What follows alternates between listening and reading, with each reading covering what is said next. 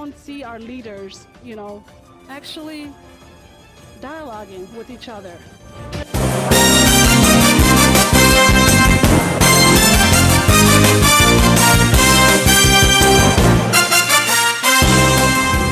Meritocracy of older people.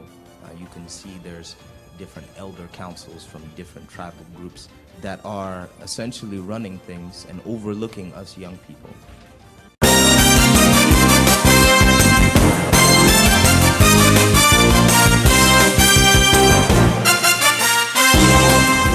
Convince that person that, please, I am me, I'm not they. Nobody even showed up to vote. It was only me and my roommate.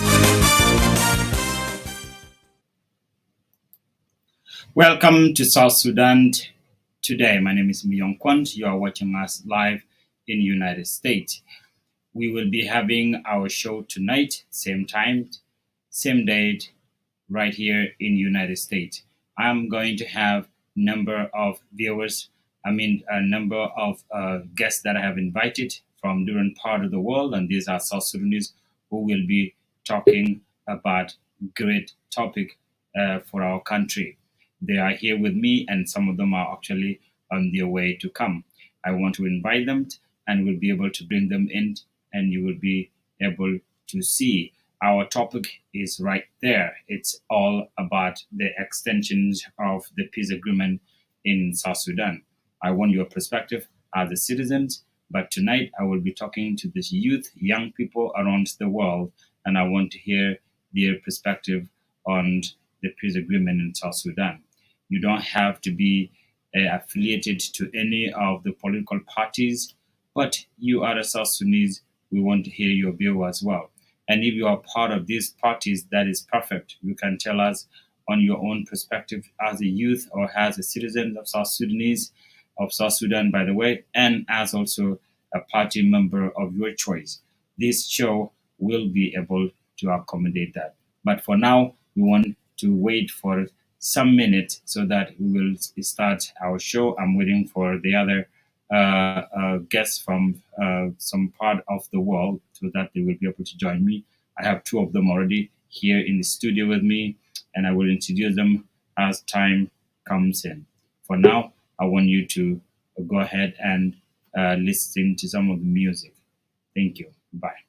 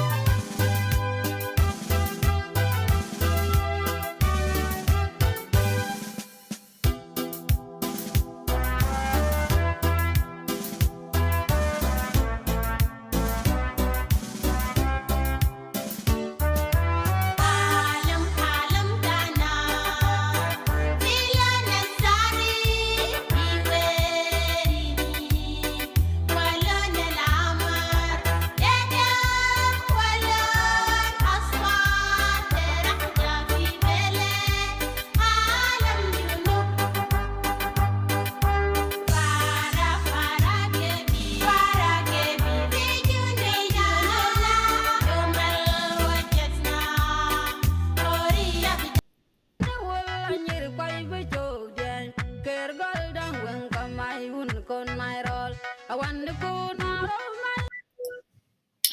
welcome to South Sudan today. Again, my name is Myong Kwant. Our show is going to start right now. And our viewers, I want to invite all of you, wherever you may be. I do not have any technical know how to know where you are, but you will be able to let us know where you're watching from.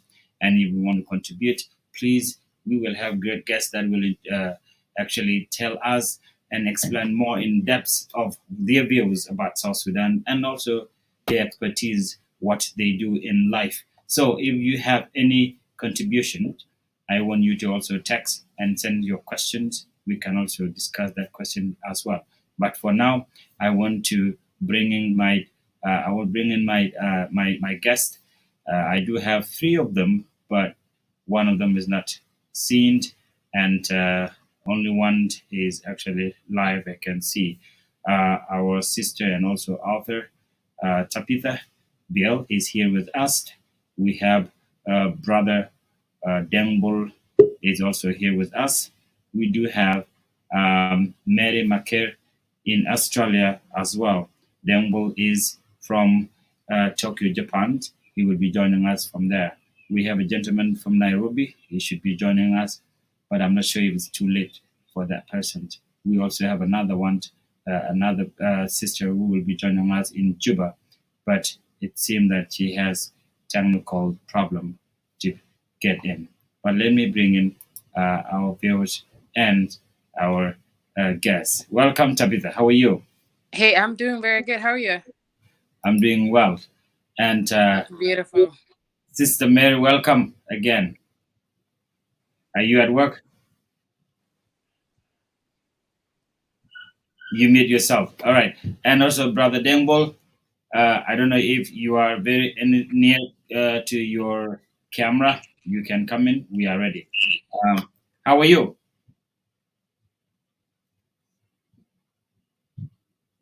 Oh, you mute yourself. Tapita, how are you doing? I'm doing great so far. How are you? I'm doing good. I'm doing good. How is Australia? Oh, it's beautiful. I'm not coming to Canada. But But the place is so gorgeous. I'm telling you, it's so amazing. Yes. Yeah. I'm promoting you, Australia. you're promoting Australia. Well, Yes, we're not going to literally, fit yes. there. It has a huge land. Hmm. I'm not very sure that we'll be able to fit there. But Mm. let's jump into our topic. Our topic Right. tonight is about the peace in South Sudan. It has been extended one more time. The question is this going to be serious this time or not? But I want your perspective.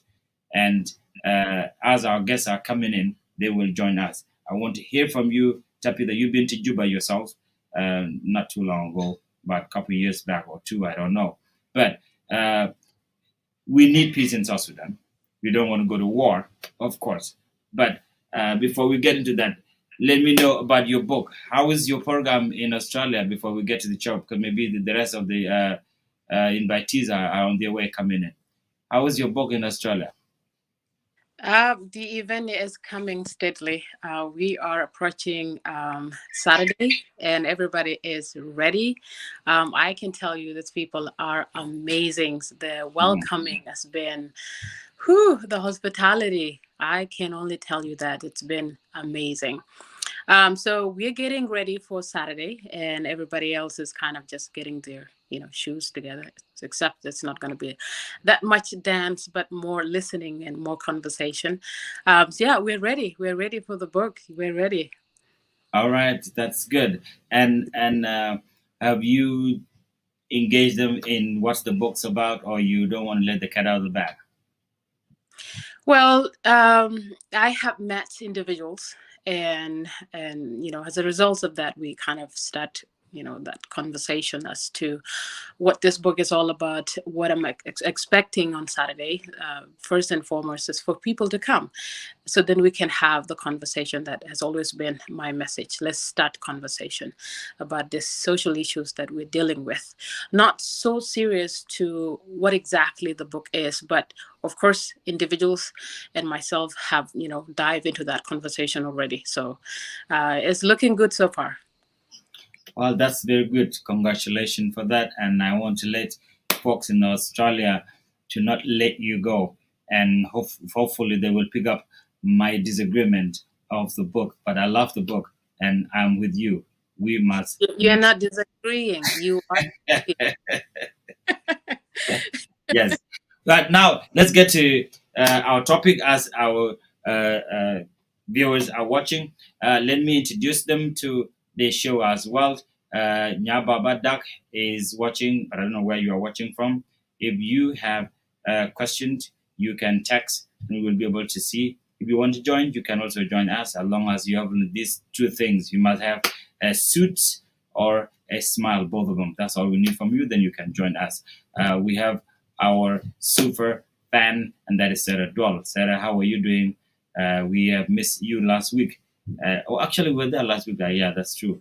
And then Simon, you're down. Simon, you're down from Australia. Oh, yeah, that's first time, Simon, to see you here. Welcome to the show. Shoal Machar Guy is watching from Kansas here in America. All right. You're not very far. You're my neighbor. And then Lam Going Oath is watching from South Sudan. I would love to hear from you about this extension. What do you think? What is good about it, and what is really seriously bad about it? So you can tell us your perspective. It's up to you. But let me get back to you, Tabitha. We are talking about this is only one of the topic. The other one will be about the merit in South Sudan, and I really want to hear from youth like you, and that definitely will fit into your book as well. But let's talk about politics first. The peace has been extended again. What is your perspective on this? Oh, what is my perspective on extensions? How many times have been extended right now? I think if I follow that enough, it's been few times when peace has been extended, which then brings me to think, do we really need now our country?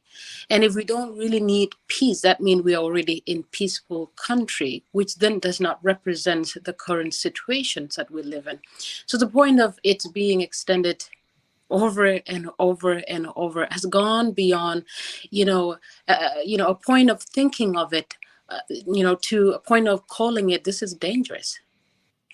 We have to it as dangerous things to continuously be doing. As the fathers of this nation, they have to know that while they are residing in their residence and being served and so on, using the resources of the country, the rest of us are dying. If we don't live in the peace that we needed, if the country is not in peace, then the rest of us, the vulnerable ones, are the ones suffering, facing the consequences. But this is not new too, and it's not surprising that there has to be an extension of peace deal.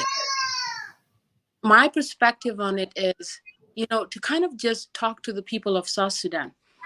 This is what's going on, and it has been going on. It's happening again for us, but for us to be able to, state knowing that the country we've got as a people of South Sudan, we don't have any other. Us are outside of the country, but this is not our countries. It is not where we find ourselves back home and begin what we always want to kind of build our own. Mm-hmm. But for it to be extended all the times, that just leads the citizens of this country to have hopelessness, to have no faith in what they have. When will we begin living in our own nation without the fear that has always been on our back? without the suffering that has always been, on the citizens, the vulnerables, the children, the women, the elderly.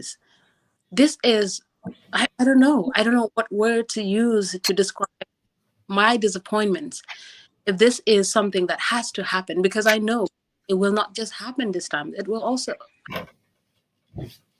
So, Well, the what government said that the reason is being extended is because the two parties and all the signatories, the signatories in the system of the Tigoni have failed to reach or to implement the agreement to the point where in elections or a credible election can be held in South Sudan. right, but And what is we're the all point left of with failing it? What is the Go ahead. point of failing it? That's really the question for all of us who are not aware of all the pieces that comes into what makes a party, whatever that is. The rest of the citizen are not aware of what could fail things when you are, actively working to make things work out. If it's been how long now? 13 years, 10 years of suffering, or perhaps I exaggerate that part, maybe 9 years since the war has started. It has been that long. Do you think we're really actively looking for ways to resolve what is really the issues?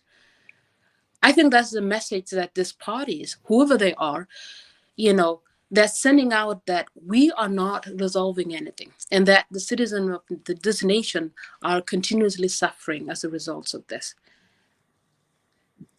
Well, But of now course, it's that's going. the agenda behind it. So then people can lose hope. But we're not to lose hope, because this belongs to all of us. This country belongs to all of us. And it's just a matter of times when all of us will find ways to use our voices to bring that peace for all of us, because it will happen one way or another.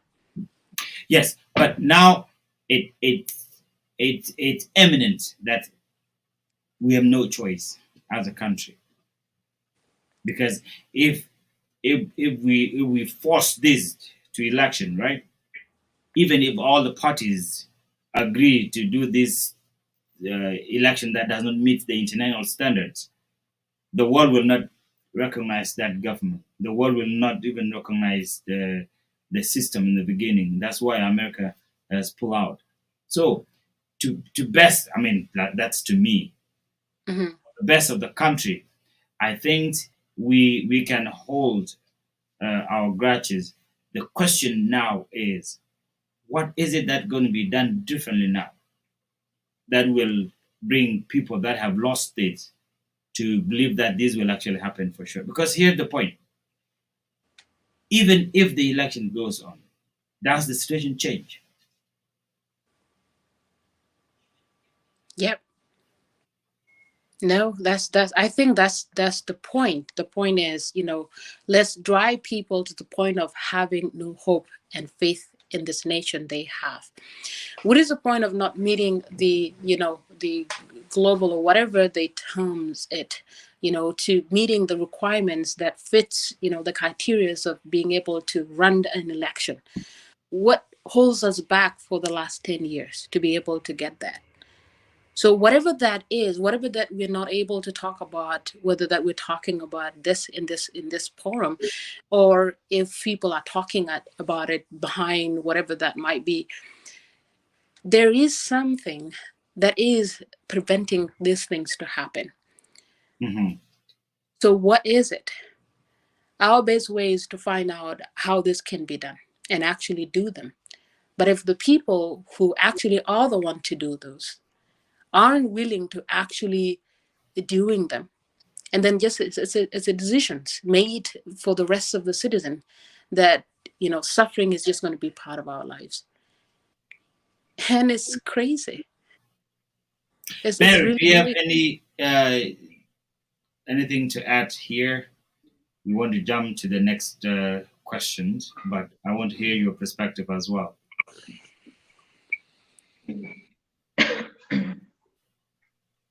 Hi, Mio. How are And you? Hello to my sister Tabitha. How are you? Hey, how are you? Good, good, thanks. Look, I'm actually at work, and this is being naughty of me that I have to talk while I'm at work. I did tell Myong before that I was going to be at work. I was able to listen, and if possible, I can participate. So, Myong, I'm not sure what my sister has talked about, apart from one or two things that I've heard because of the network breaking. I had to go and stand outside, but it's raining, so I had to come back inside. Now it's a bit clear, so unfortunately, I've missed what my sister has said. The question So if is you just on the screen. The question is on the screen. no, I know the question, but you said what did you have something to add? So what I could say, I wish I had heard what my sister said, because it's always good to follow on so that you don't repeat on each other. But because I haven't heard what she said, whatever I say might be a repetition. So please do forgive. Myong, the question says that for the last 3 years, this agreement has been extended. So how serious or how likely is it that they will be serious this time? The question is, from me, very unlikely. Very, very, very unlikely, because if they could not commit to the first, we would forgive them. They haven't held up to their requirements the second time.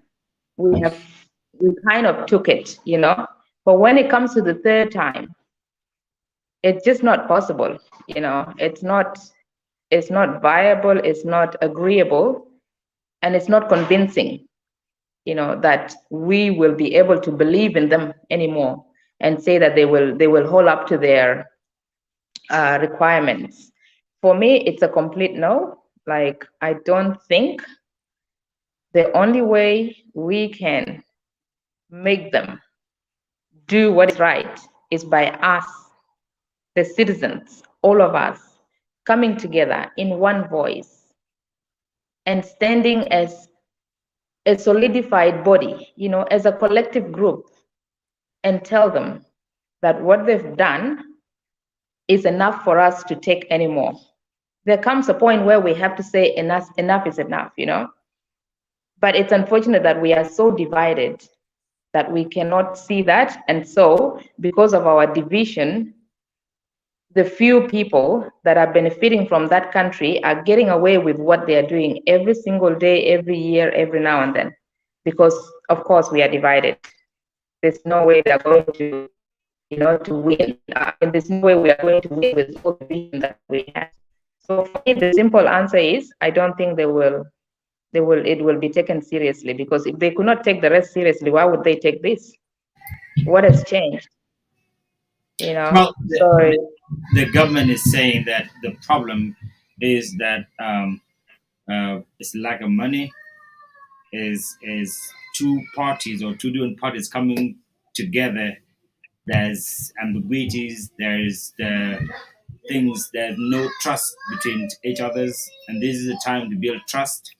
I mean, I can go on and on, but the question is, we are presented with a country that we have a choice now, and the only choice is to either extend or fall into chaos, because I would call it chaos, as if if we don't extend, what happens? The election will not meet the international standards. That's the point. But here's the next one that I want to. Emmanuel is in the room, but he cannot get in for some reason. Dengbols, he cannot get in for some reason. Go and work on that. But let's jump into the next topic. We'll come back to this because this is the reason why we have the whole show tonight. But the next topic is, yes. Can I say something to what you just said? Myung, I mean, who are children here? Like, we are no longer children, We are not dumb. We are not stupid. For them to keep saying it's all about money, it's all about resources to put together this, I don't know who is still sitting and believing in these things, It's just, for me, I cannot buy it. So carry on. All right. One of the issue that has been on social media for the whole week is about Dr. Riek Machar's daughters, Mary, getting married to her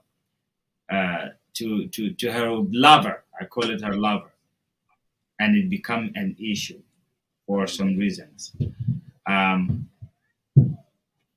I really love that the Tabitha is here because she has a book that's on this. It's a different angle, but it's pretty much the same. You are female as well. The fact that we have war in our country cannot prevent us from getting married to each other. That's one. The Denka Nuer things problems. Denka and Nuer have been for the last 100 years together without even government. You know that, right? Not only Denka, even the rest of the tribe in South Sudan. They have been governing themselves by themselves. They've been getting married and back and forth, left and right. But what is the issue now? Is it a female problems or is it actually a tribal problem? Why someone who loves her own boyfriend or husband, or someone who loves his own wife or girlfriend should not would make people go on social media having problems. I understand that this is a high profile family. That's Dr. Machar family. I know that. But what is the problem? I want to hear your perspective on that. Is it because of these divisions in politics, or is it something that truly within our culture? I think personally, one of the issues with us is we don't really have individuals' problems or individual business without us kind of jumping in when we feel the need to. And of course, you mentioned this is a high profile family. That means for sometimes it feels as this is our business at the same times, not only to fit our social, expectations, but also when it comes to the current issues that we all have. Some of us are very very divided in ways where we always have someone to kind of hold accountable.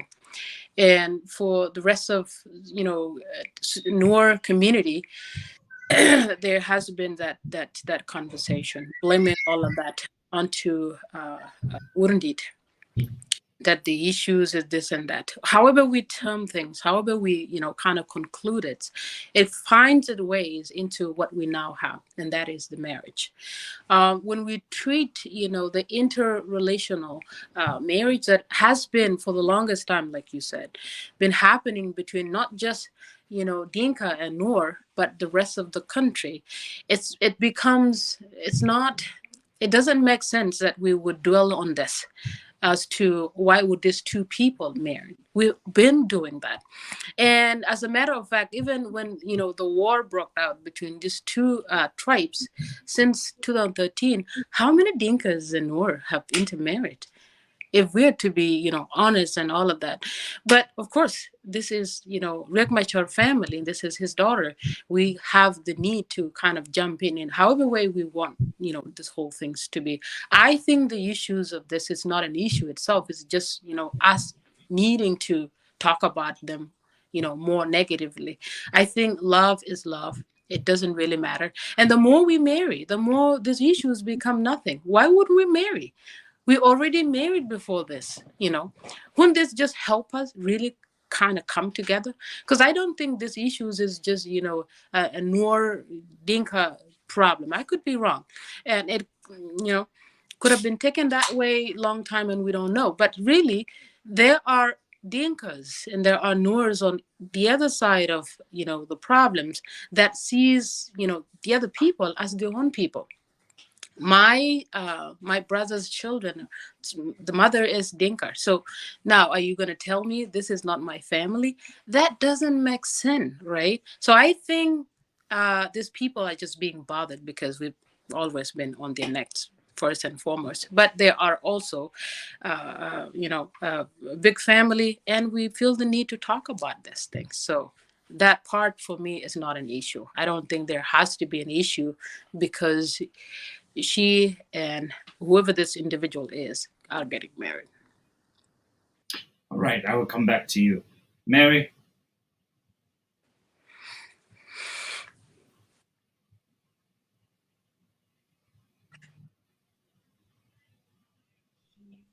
I you. Oh Yeah. yeah. So Yeah. Tabitha has said everything, Myong. I don't know why. Do you know that we actually lack something to do? We, the South Sudanese, we lack things to do. We lack things to say. We are kind of lost and confused. And Mhm. as Tabitha has said, what does it matter? Mhm. What is the big deal about it? For me, I haven't seen anybody. I haven't seen posts. I was only called, or not called. uh, The picture was sent to me by a friend, okay, a Noel brother, and this guy speaks Tongmonjang, so we were talking, and I was like, what is wrong with us? Why are we discussing it? Who's making it a problem? Who's making a big deal?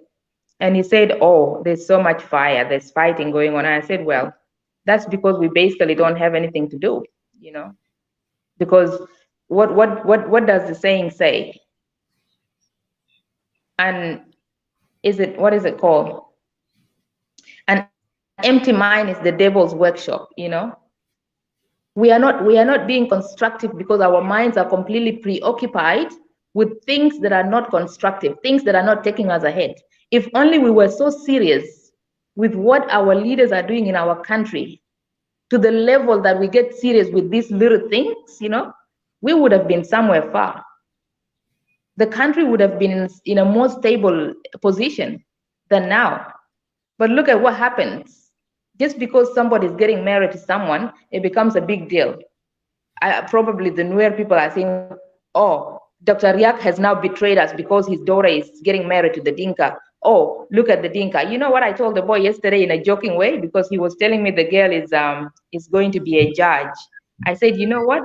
God is working. Let her go and judge these people now. You know, let her go and sit there and actually judge them. I was saying it as a joke, but seriously, why would we talk about it, Myong? Why would it become a big deal? It's only because we are pretentious, we are hypocrites, you know, we are all confused, we do not accept the truth to be told, you know, we just want to keep running away from the truth.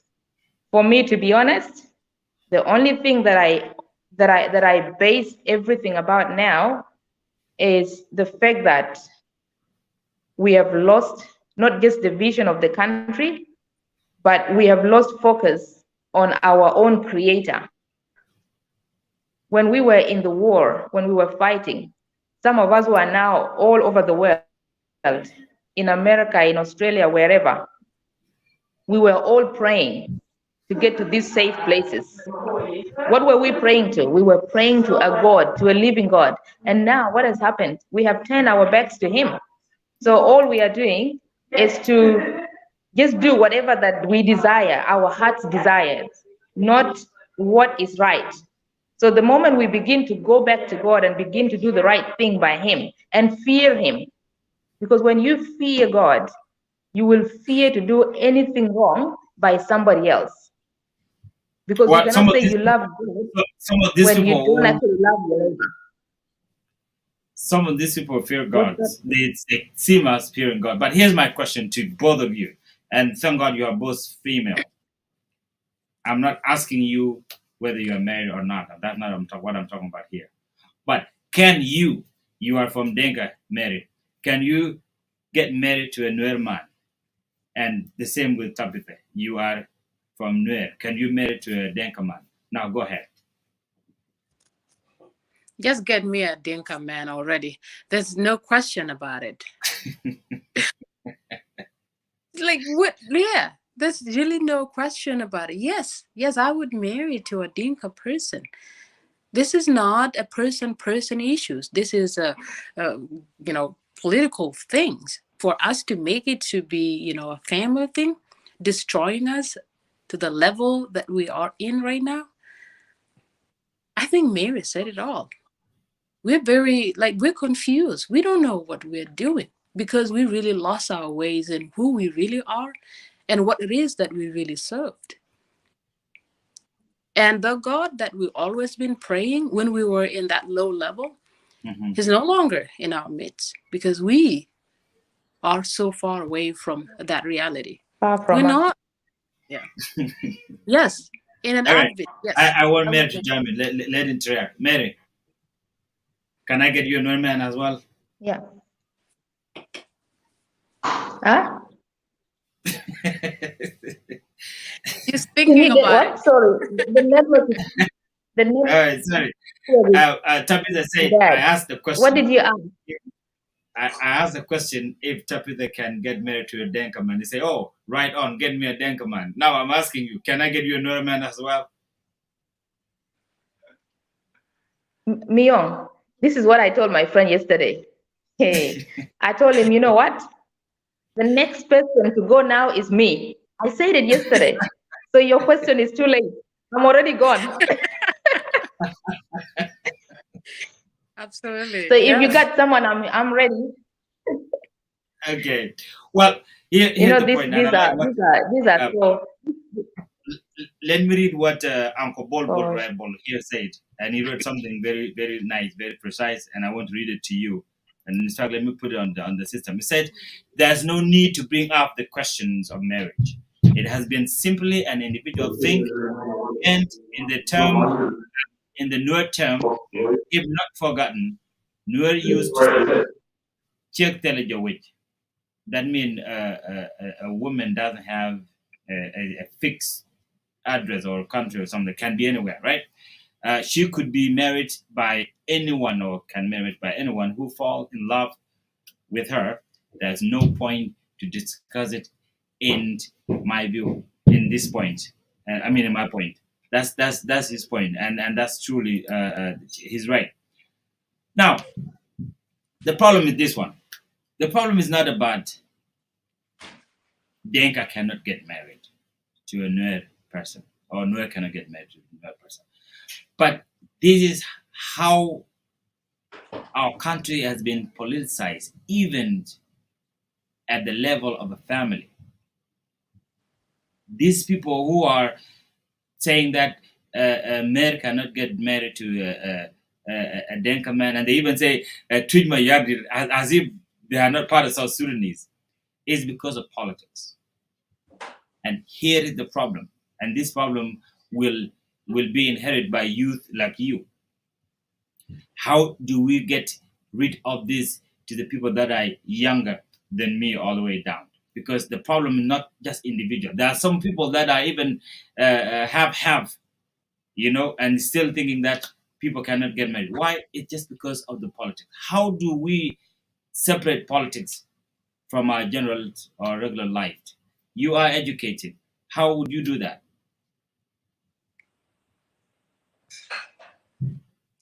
I think one of the ways is to speak about it, like right now.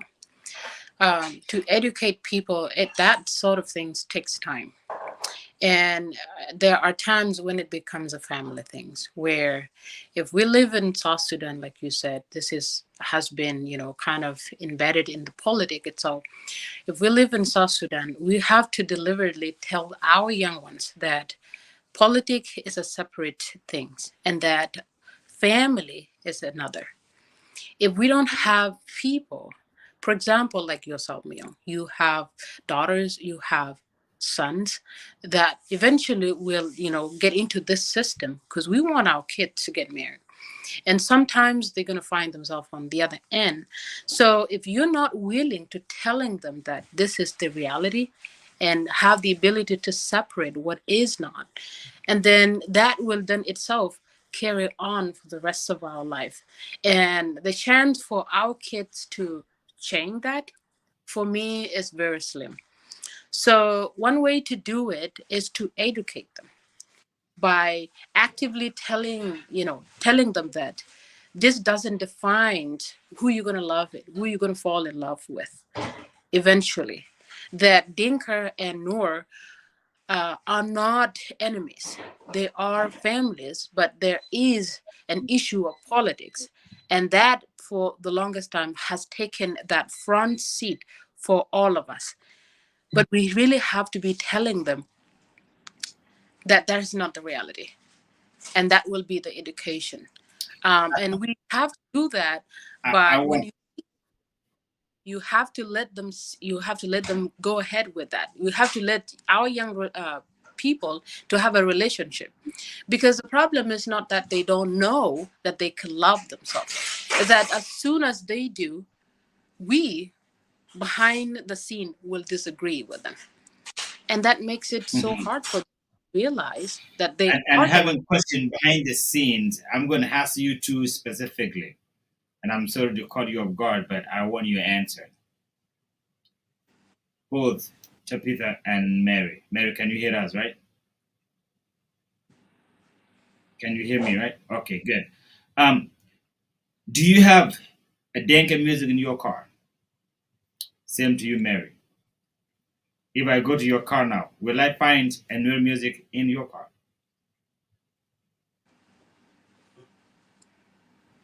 You find both.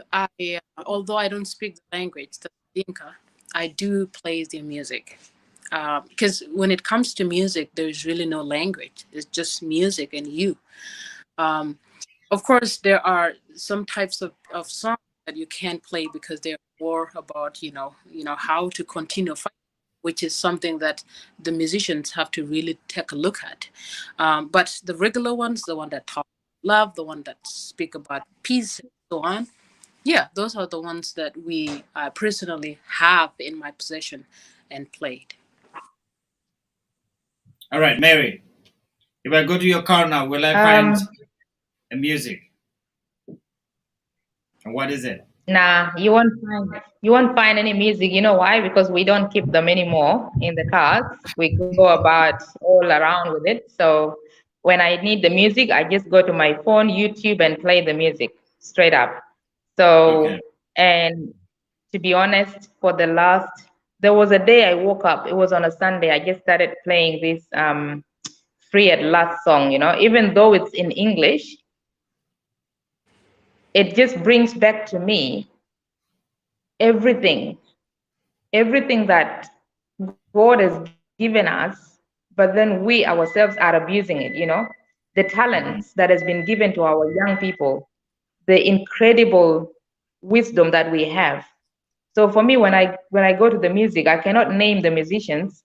And to be honest with you, I don't listen to any of the worldly music anymore.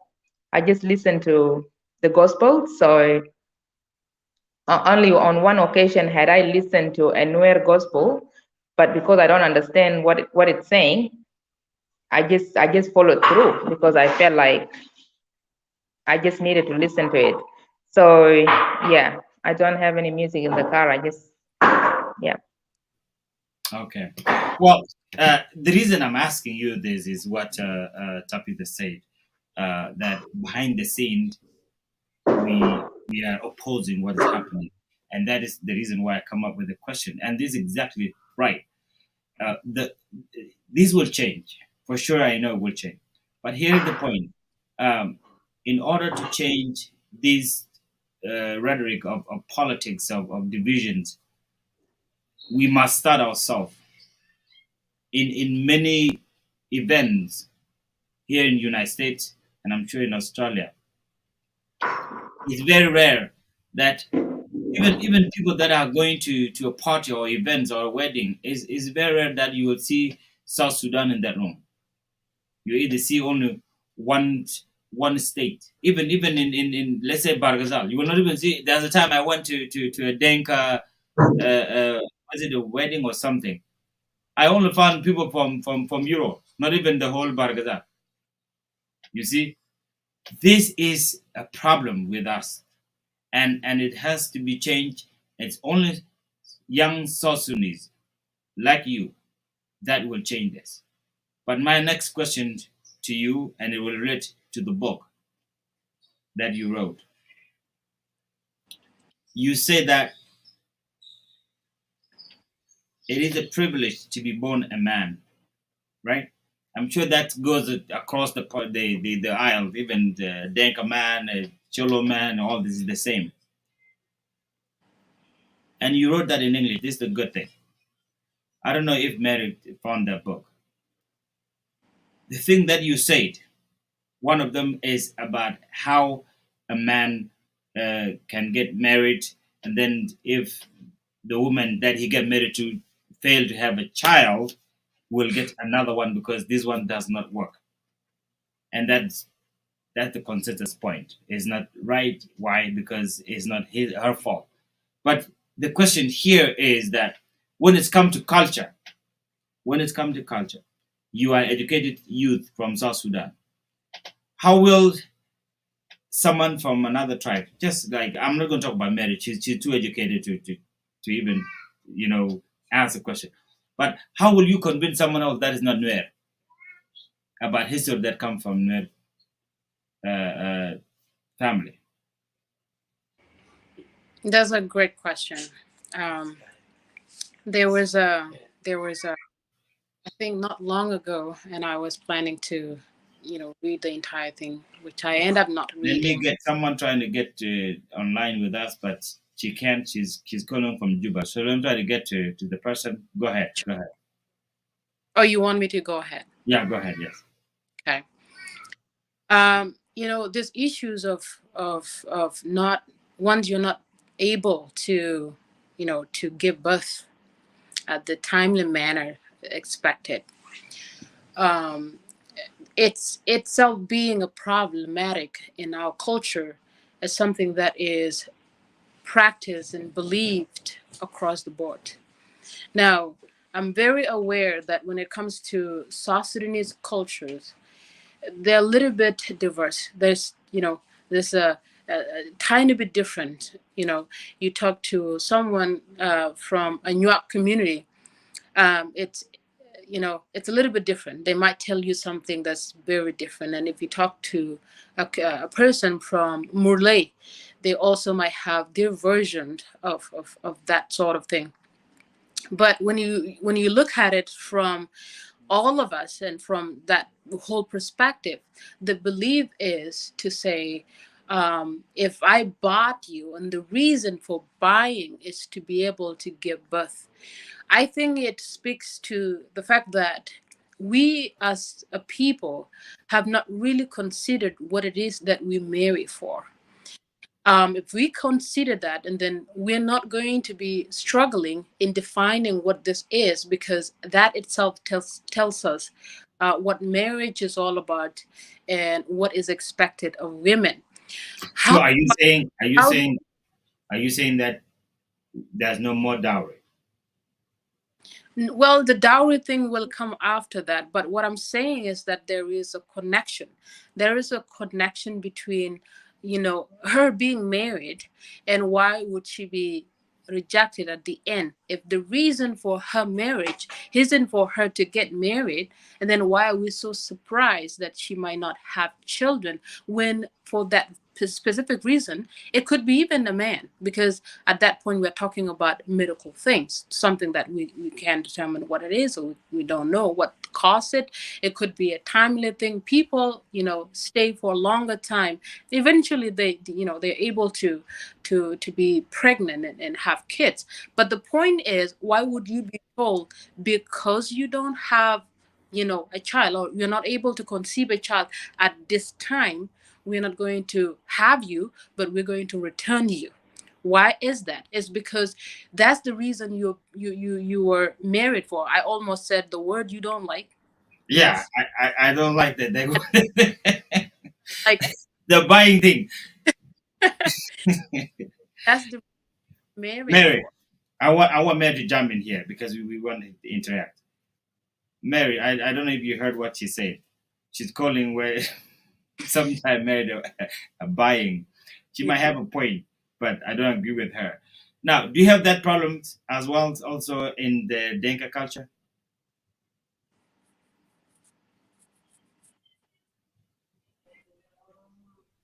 Sorry, I think I've got people coming in, it's a bit noisy. So when you ask, do we have this buying thing in our culture? Well, the question is, a man can get married, right? Pay the dowry and everything's fine. But after a year or so, the woman failed to conceive, to have a baby. And this, of course, she said this is a medical thing. It could have been both. But the question is, at most of the time, the woman is being returned back to the family. Two questions. I will make it one. Is that happening also in Denga culture? And is it something okay? I think it's a case by case, to be honest. I have, oh, and maybe back then it used to happen a lot. I heard a lot about it, where even within a year, if somebody hasn't conceived, it becomes a problem, and the man either goes to marry somebody else and whatnot. Not so much as now, but yeah, it did happen. But again, it brings us back to, do we understand what we are getting ourselves into? You know, who ordains marriages? And like my sister said, do you marry for children, or are you marrying that person because you want, as the Bible says, that person leaves their family and this person leaves their family and you become one. When you become one, why does it become an issue that when a child has not come between you, you look at that problem as someone's problem, and you don't look at the problem collectively and try to find out what is happening or even persevere through it? I know of some people who have stayed in their marriages for so long until eventually something happens. Culturally, maybe you get given to, somebody to bear children for that person, and so on and so on. But the thing is, when we get into marriages, for what purpose do we get married? Is it just for children? Because if it's for children, that's why somebody doesn't conceive, and yet again we forget that that child, it's not the woman that brings the child, it's not the man, it's God first of all that gives that child, and nobody knows when you conceive that child. So again, we have no fear, we have no regard for God.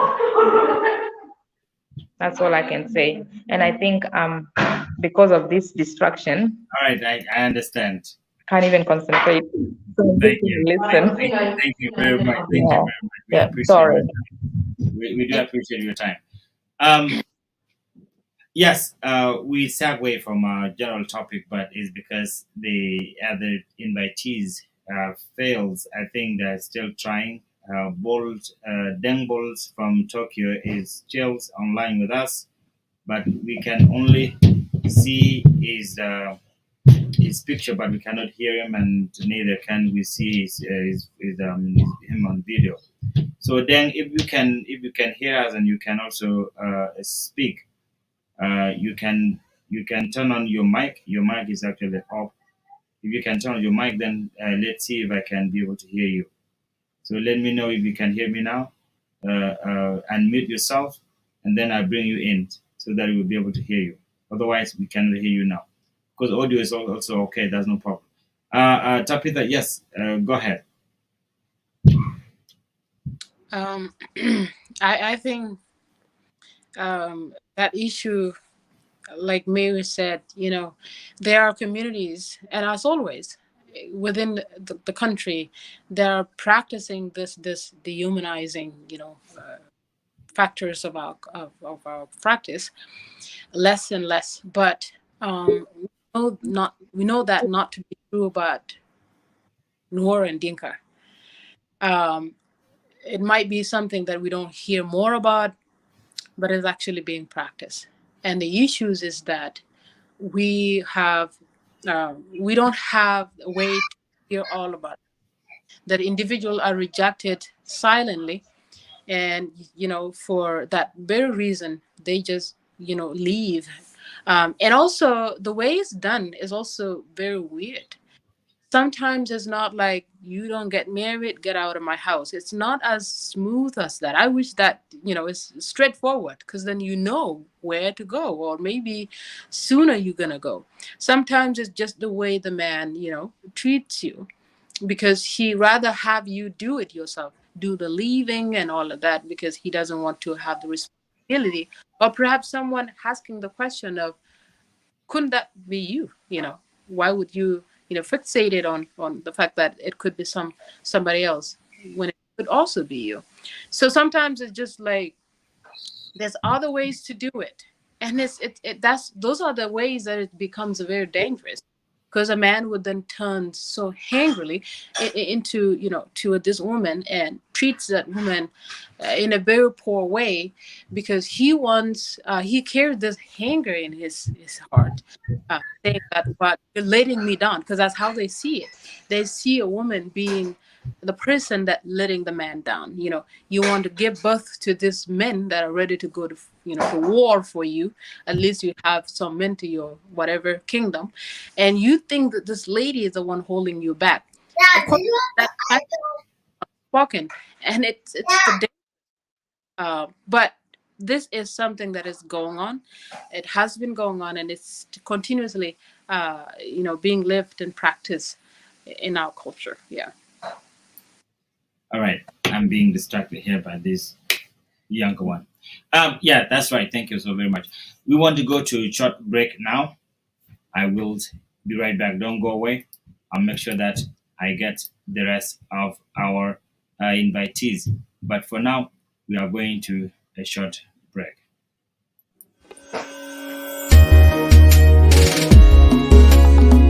Today we are free. Oh yes, we are free at last. Freedom has come today. We had a dream, burning like a fire. Yeah, dream has come true today. We are believers, believing in the struggle. Yeah, dream has come true today.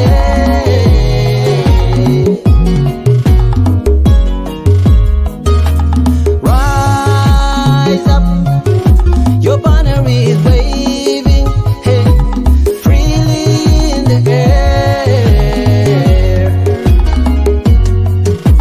Rise up, your flag is waving, hey, freely in the air.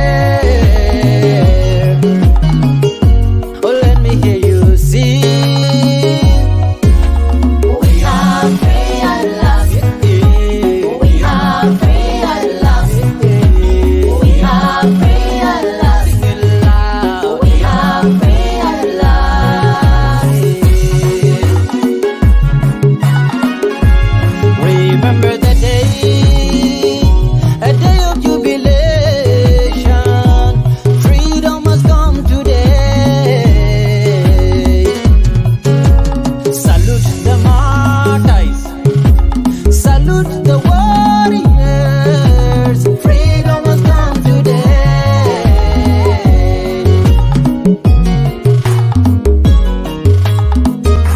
Rise up, your banner is waving, hey, freely in the air.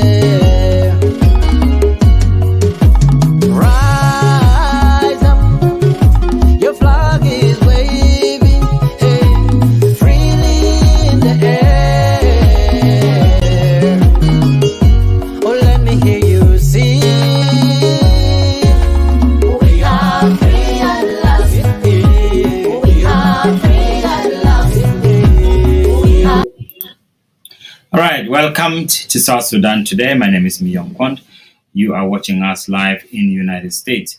We are talking about, our topic is actually on our screen. Some people seem not to recognize it, but we do have our topic. It is right there on the screen, and it is about the election in South Sudan. This election is more imminent now that it will be extended again. And not only that, the election is extended, but it's actually the entire peace agreement is being extended.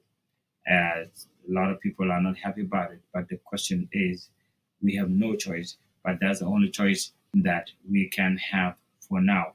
I have Brother Dengbol from Tokyo. He's live now with me on studio, but he's still on the backstage. I think he has a problem getting in. So I'm trying to bring him in as well. But Brother Dan, go ahead and try if it can work. Then we'll be able to bring him live. But getting back to the topic, and it is mostly about the election in South Sudan, and not only the election, but the entire revitalized peace agreement that was signed 3 years ago in Khartoum. The two parties have failed to actually implement the entire um, peace agreement, and this has been extended a number of times. So many times, our publics have gotten so tired for this. We need everlasting peace in our country, and that's what we needed. So, you want to discuss this, you can come from any perspective. I put it together as the youth that should be giving me their perspective on this. I'm getting great message, great point, and great ideas from Mary in Australia and also Tapitha, who just left from Canada to Australia for a book tour. If you want to join us, I have sent in the link. You can jump in and give us your perspective on this peace being extended again in South Sudan. It's not official yet, but that is where we are leaning toward. And that's why I want the public to talk about it, because this is our country. We should discuss our problem. But let me read some of what our viewers are saying here back online. We had a discussion also about the marriage in South Sudan, especially the intermarriage between tribes. The first vice president, Dr. Riek Machar, daughter, Mer, has gotten married, and a number of people are not happy about it. And this is something that should be a personal thing. This is an individual family, and this is a love that between two people. I don't know why people are having that problem. But what our uncle Bowles said here is very important. He said that, let me find it here. The Nuer and the Denka are in the same boat when it comes to the question of a barren woman because of the cattle they pay. Yeah, we talked about earlier about if a woman fails to conceive or give birth, a man will take her back and go ahead and marry another one. And this become an issue as well. Simon Yuadang, it is totally wrong for a man to divorce his wife because of her not getting pregnant and all that. Yes, that's right. That's your view. That's perfectly right. I agree with you. It should not be as such. We have who else here? Facebook. As far as I know, on my Jing side, on Eastern Jing, we don't return the girl to her family home, but could marry another wife. But if it happens again, no child, that should be on the girl's side. All right, that is very interesting. Deng Tong Dup say that Denka and Nuer should not get married. I mean, he says wrong, but I don't know why. Deng, come on, why not? These people are from this, not only from the same country, but they have a lot of affinities when it comes to culture. So if you can marry to a white person or a Mexican or someone from Europe, why not someone from your backyard? That should not be right. Well, let me bring inside our guest. Tapitha is ready. You can come in. And I have Brother Dengbol. Brother Dengbol, I still cannot hear you. If I can call you directly, then people will hear you. Then you can weigh in on this. I'm going to call you. Just prepare yourself. We will also hear you as you talk to me through my phone. Maybe the link that you have is not compatible with what we have here. But let me bring in Tapitha. Tapitha, how are you? One more time. Great so far. That's good. Let me try to bring in Brother Dengbo. And for a second, I'm going to give you a short music. Then we come back. I'm just bringing him in using my phone just for a short second.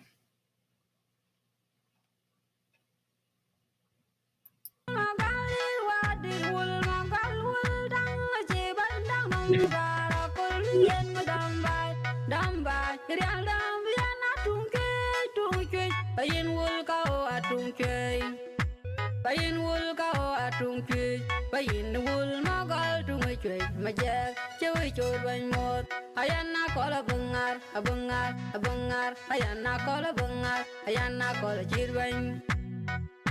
Kawa adwan da ko kwenda yi, maduri wul majak duri wul ako, dura gajang, duri majoker, adud bai da yi machi waragara che bang bang adam goy, akunyalew.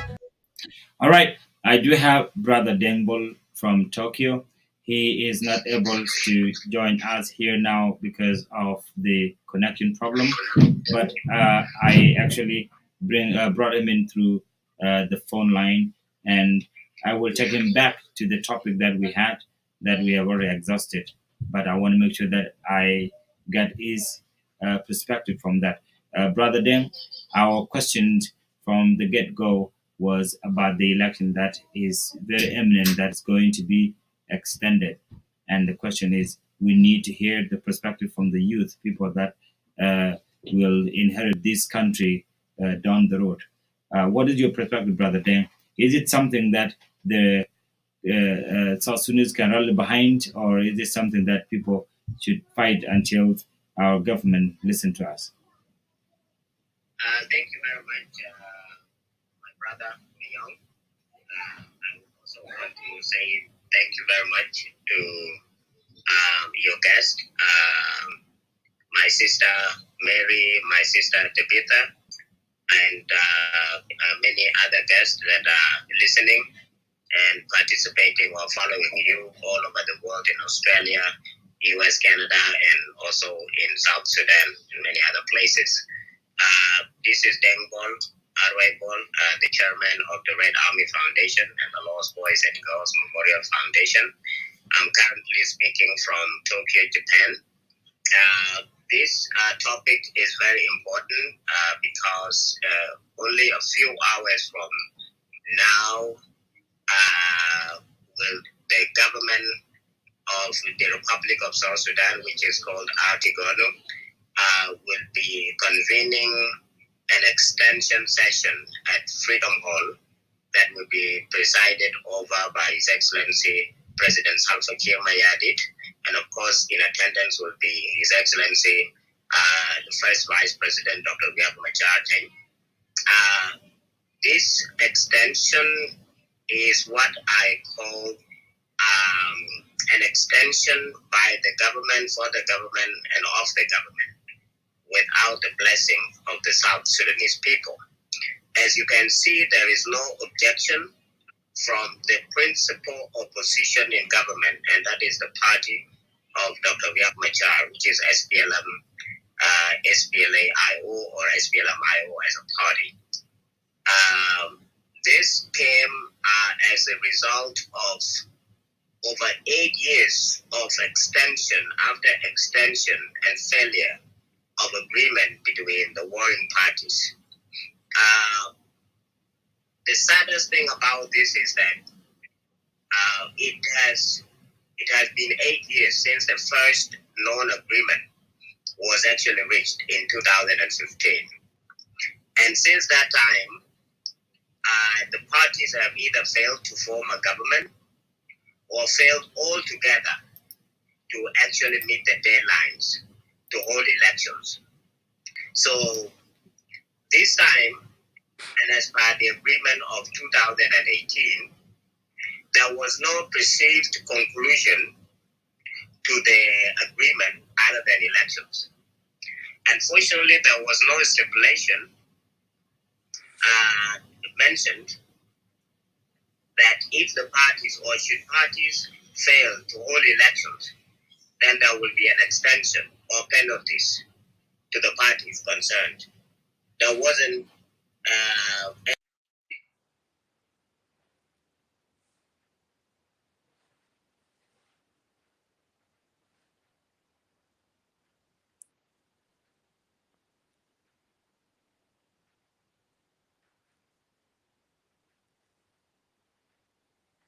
the Red Army has been very clear that you cannot continue to rule the country by agreements.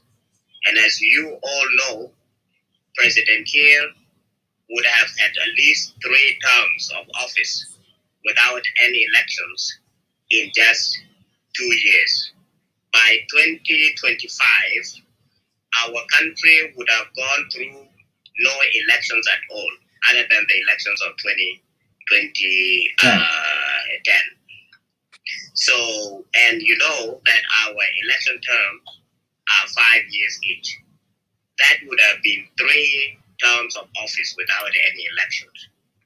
And I think our leaders now have come to the realization that the only way they can continue to rule the country without being pushed out because they have nothing to show for, and especially the last 20, which will actually be 21 years in 3 years or in 2 years, will be to rule by extensions and by agreements, by integrations, because the prerequisites or the ingredients that you need in order to be able to hold credible elections will be full integration of all the forces to make sure that we have a unified functioning army.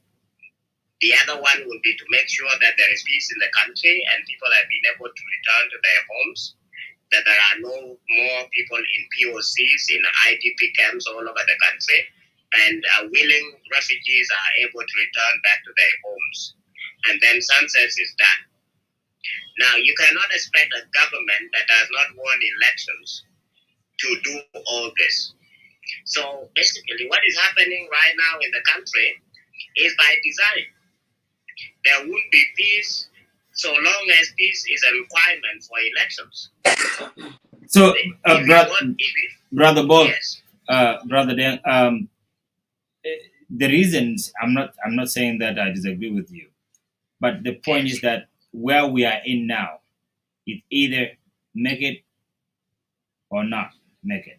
The question I'm asking you here is, if we don't extend this, because it seemed like it was a plan that it was going to happen like this, right? But if we don't extend this, what would happen for election that will not be accepted by international? Well, the people of South Sudan have no choice, because this is not their peace, this is not their government. Because if it was their government, the first thing that would have been done was consultation.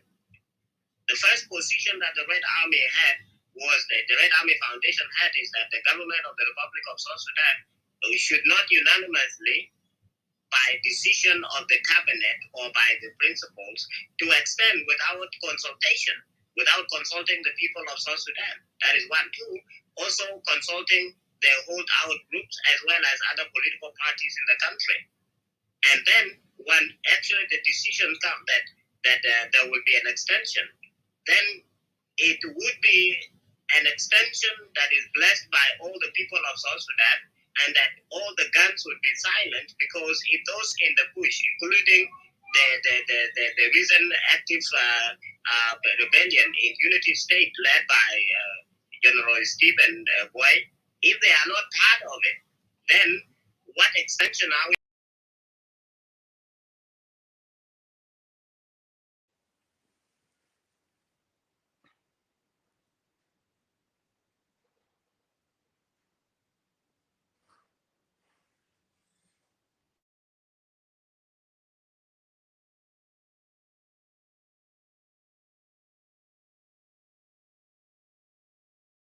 Are too weak to even participate in this government. That's why they are never consulted. They don't matter to the leaders. If they matter to the leaders, then the leadership would have consulted the people, so that the people can basically back the agreement. But as you can see, our citizens are doing things that are completely different from what the government is doing. As we speak right now, there are a lot of killings happening all over the country, and the government does not even try to maintain law and order in the country. Why? Because they want it that way. You know, the worst thing to the government, to any government in the world, are peaceful, united citizens. If the citizens are united and peaceful, they can remove any government. But if the citizens are not united and not living in peace, the government does not need them. Because what the government needs now, as Madam Tabitha, my sister Tabitha, had mentioned earlier, that they're living there in Juba chilling. Majority of them with at least 8 V8 and crashes, money, their relatives are taken care of and they are okay. And their oil is flowing. Why do they need the citizens? So long as you don't attack Cuba, they don't have a problem.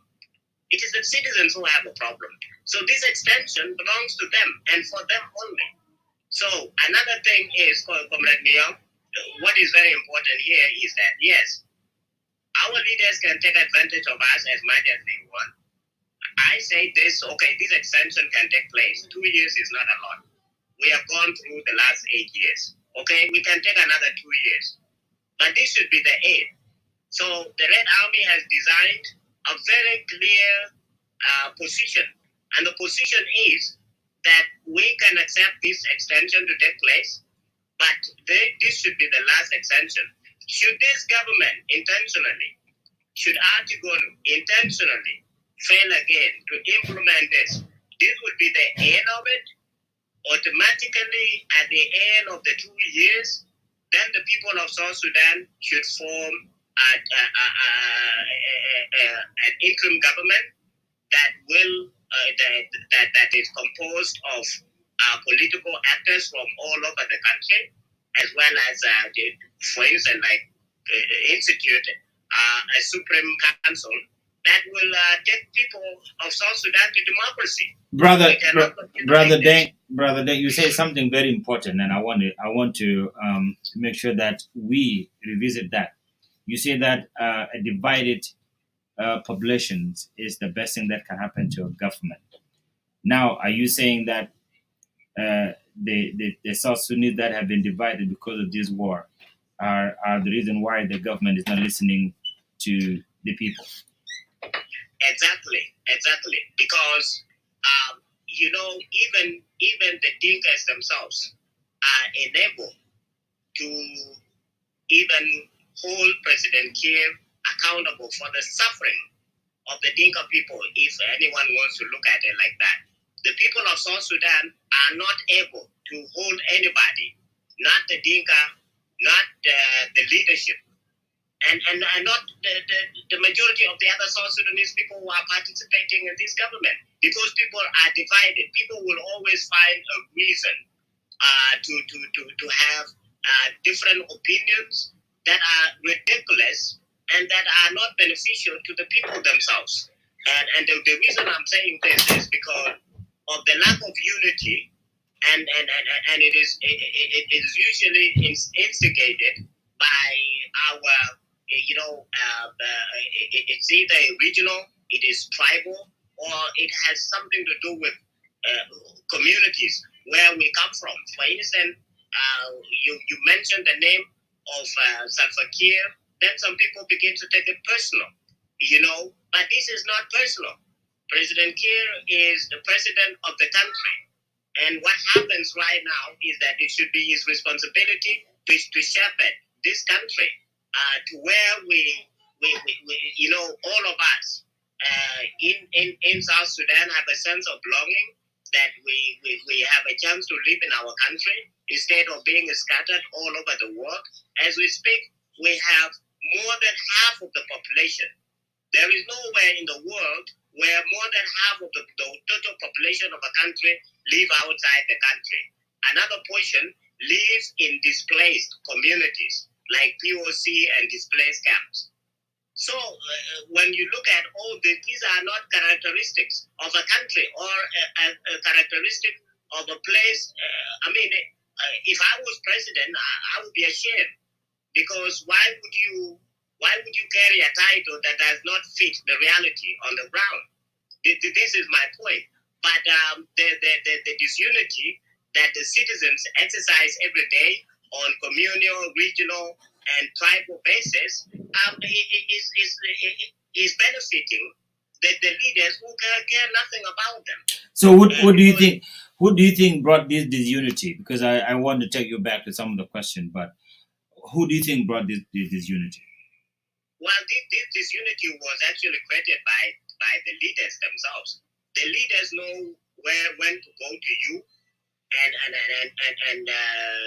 give you the message that you need. Even if you go back to the history of how the SPLM SPLA that is started, is that majority of the civilians who were mobilized from their villages, people who had not gone to school, were not told that they were going to Ethiopia or to Bilfam or Bonga to get guns in order to go and fight the Arabs. They were told that the Dinka, maybe from Jongule, were told that they were going to get guns so that they can come and defend themselves from the Murle. And when they went to Bilfam, they were sent as far as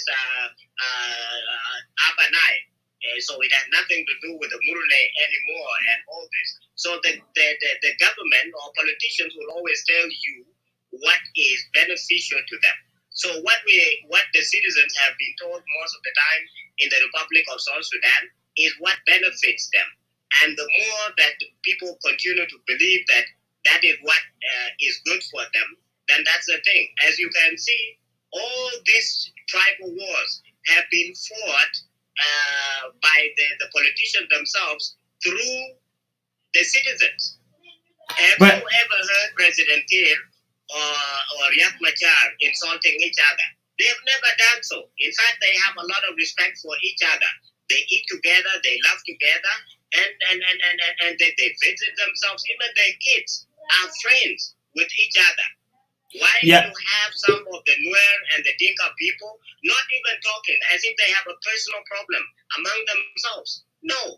You see, they always find a way to fight through other people.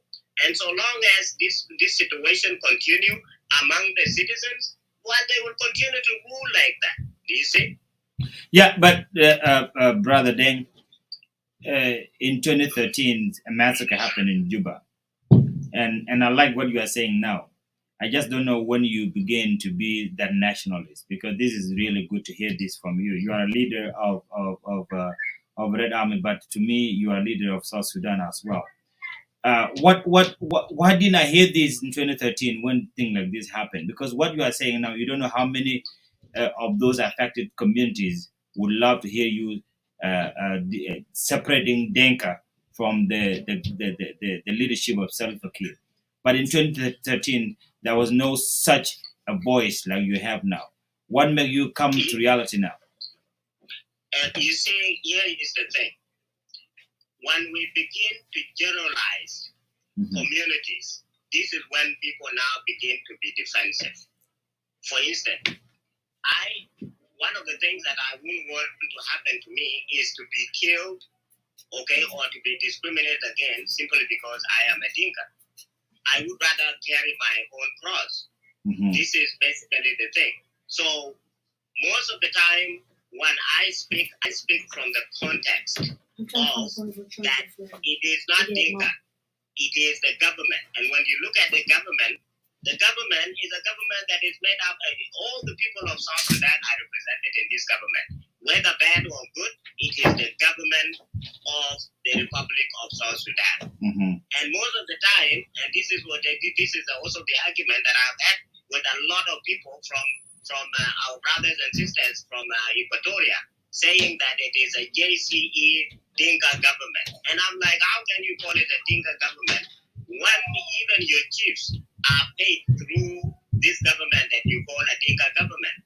So I have been very consistent all along. They can be paid, but they don't have voice. Then they can be paid, but they don't have a voice, and that's what they meant. Yes, even the Dinka themselves do not have a voice in this government. And if we put down our tribal or regional or whatever lenses that we have and look at it critically, you go to Barkazal right now, there is nothing that shows that the son of the land, the son of Barkazal, even in Werap itself, where President Kiir comes from, there is nothing that shows that a president comes from that land. And I have always made this point, that if people think that the Dinka are corrupt, or they are like this, or Dinka have looted the country, Dinka are the ones ruling and all this, why is it Kwajuk not the best town in South Sudan? And Well, I've always said this more like a joke, that if it was the case, if this was a Dinka government, why is every Dinka not well off?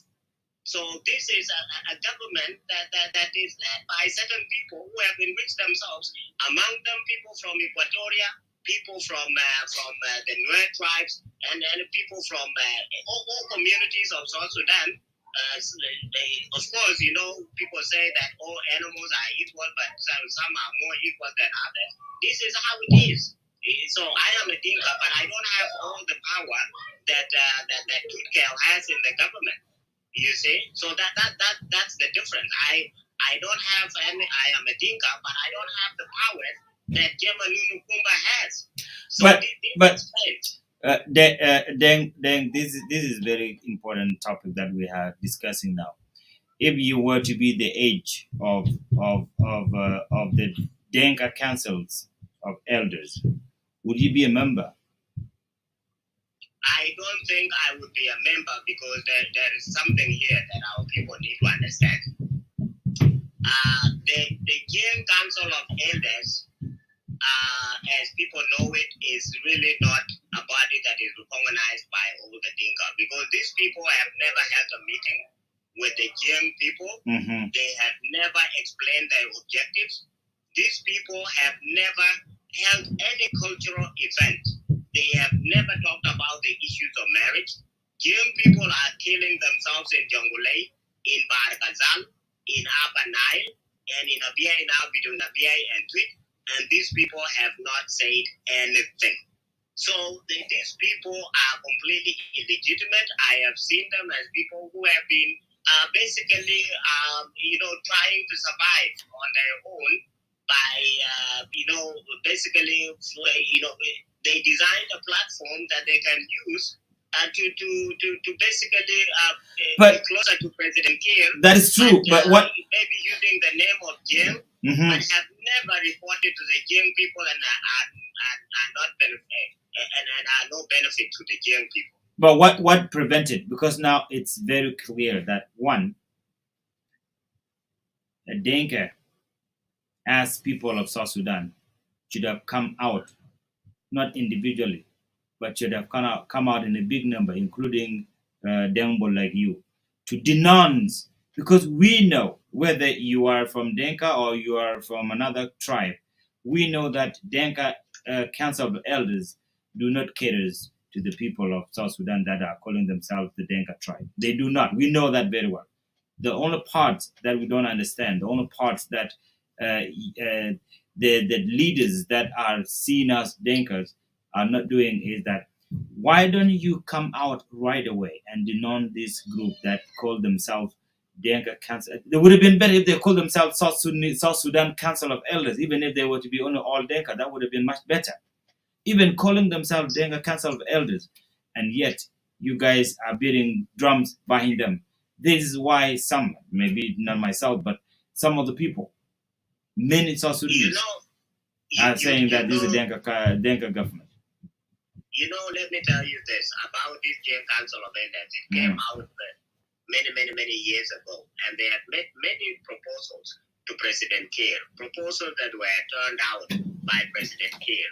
And according to a lot of people, because I don't focus on them, Comrade Myung, if you don't recognize something, that thing does not affect you. I have never recognized the Jain Council of Elders as something of importance in South Sudanese politics. I understand that at some point they went to the president and they told the president to step down. Guess what happened? Majority of them have not been met by the president until today. So this group, as we speak right now, does not exist and has no power because the president does not want to talk to them or want to, and this is what happened most of the time.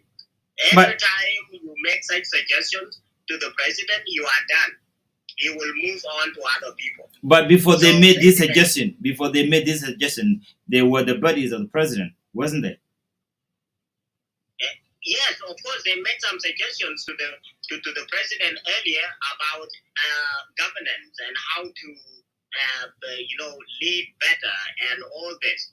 and maybe from the perspective of Odinga, because there was a time they had even suggested that they should make Daniel Aweda Good as an assistant president, because they were saying, oh, now you see a lot of people are coming from Upper Nile. You have Dr. Riak on this side, you have Jorotaban, then you have Mama Nyandeng, and all of them, the three leaders, not only do they come from Upper Nile, but also from the same political ideology, being opposition to the government. Therefore, they needed more people also to come from Barakazal and all this. These are politics. But again, the president continued because of the pressure from the international community and many other communities in South Sudan vilified the Gian Council of Elders to the point the president started running away from them. And as the president ran away from them because they became a liability to him, then they also got annoyed and began to push back, saying that they don't want the president anymore. And by actually announcing that they don't want the president anymore, I understood that since that time until now, there are people that are very prominent that the president cannot meet anymore. So this Jail Council of Elders, I see it as a dead thing already, because it has worked out itself, because it is already gone, because they are no longer in bed together. So, can you agree with me, Deng Bol, and the rest of the South Sudanese that said South Sudan has been torn apart, and the problem has been the Denga Council? Can you agree with me that these people are the cause of the problem? I don't think that it is because of the Jail Council of Elders. They might have contributed in any way, because the Jail Council of Elders did not exist in 2005 all the way up to 2013.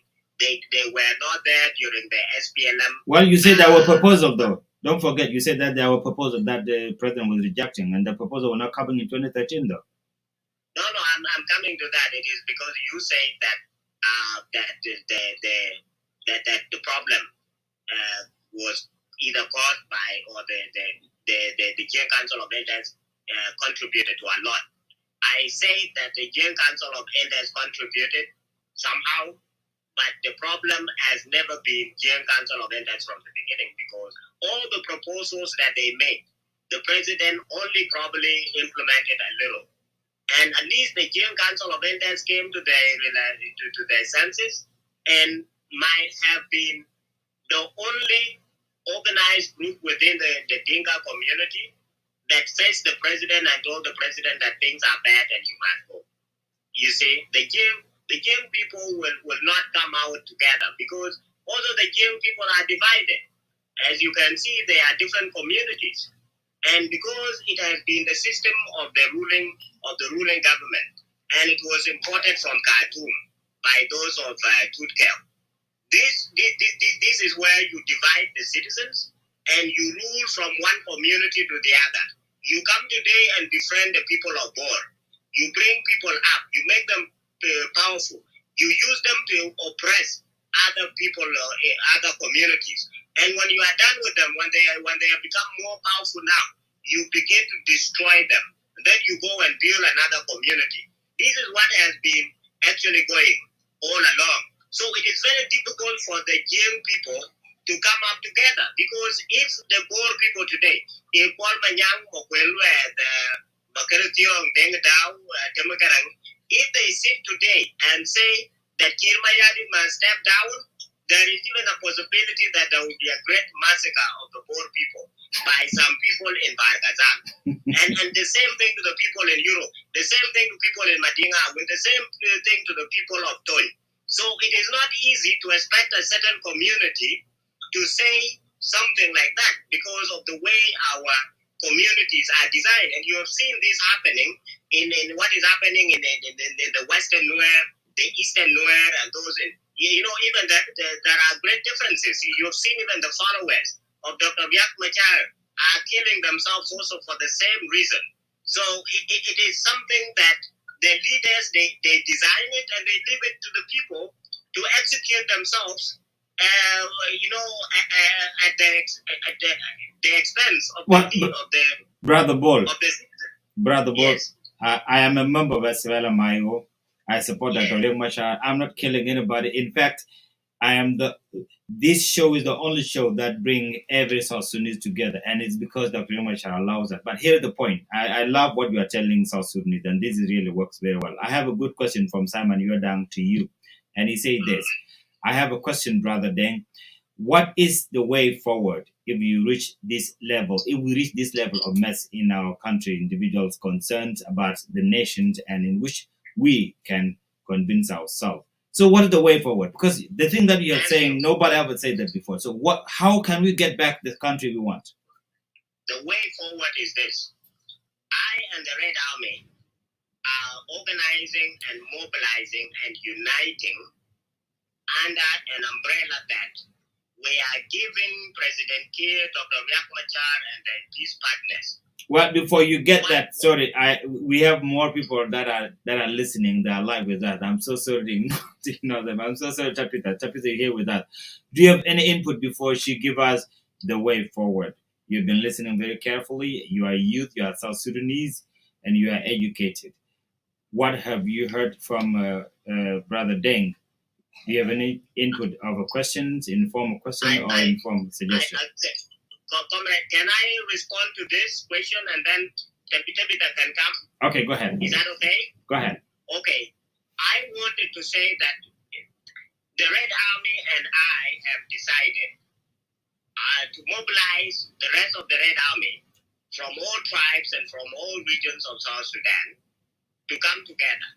That is one. Then to mobilize the people of South Sudan and to say that there is nothing we can do because we cannot stop the government now from extending this. The decision has already been made, so let them extend. But we do not want more excuses after this extension. 2 years is not much. But we, the Red Army and the people of the Republic of South Sudan must be watchdogs now to make sure that this agreement is extended and ends in democratic elections.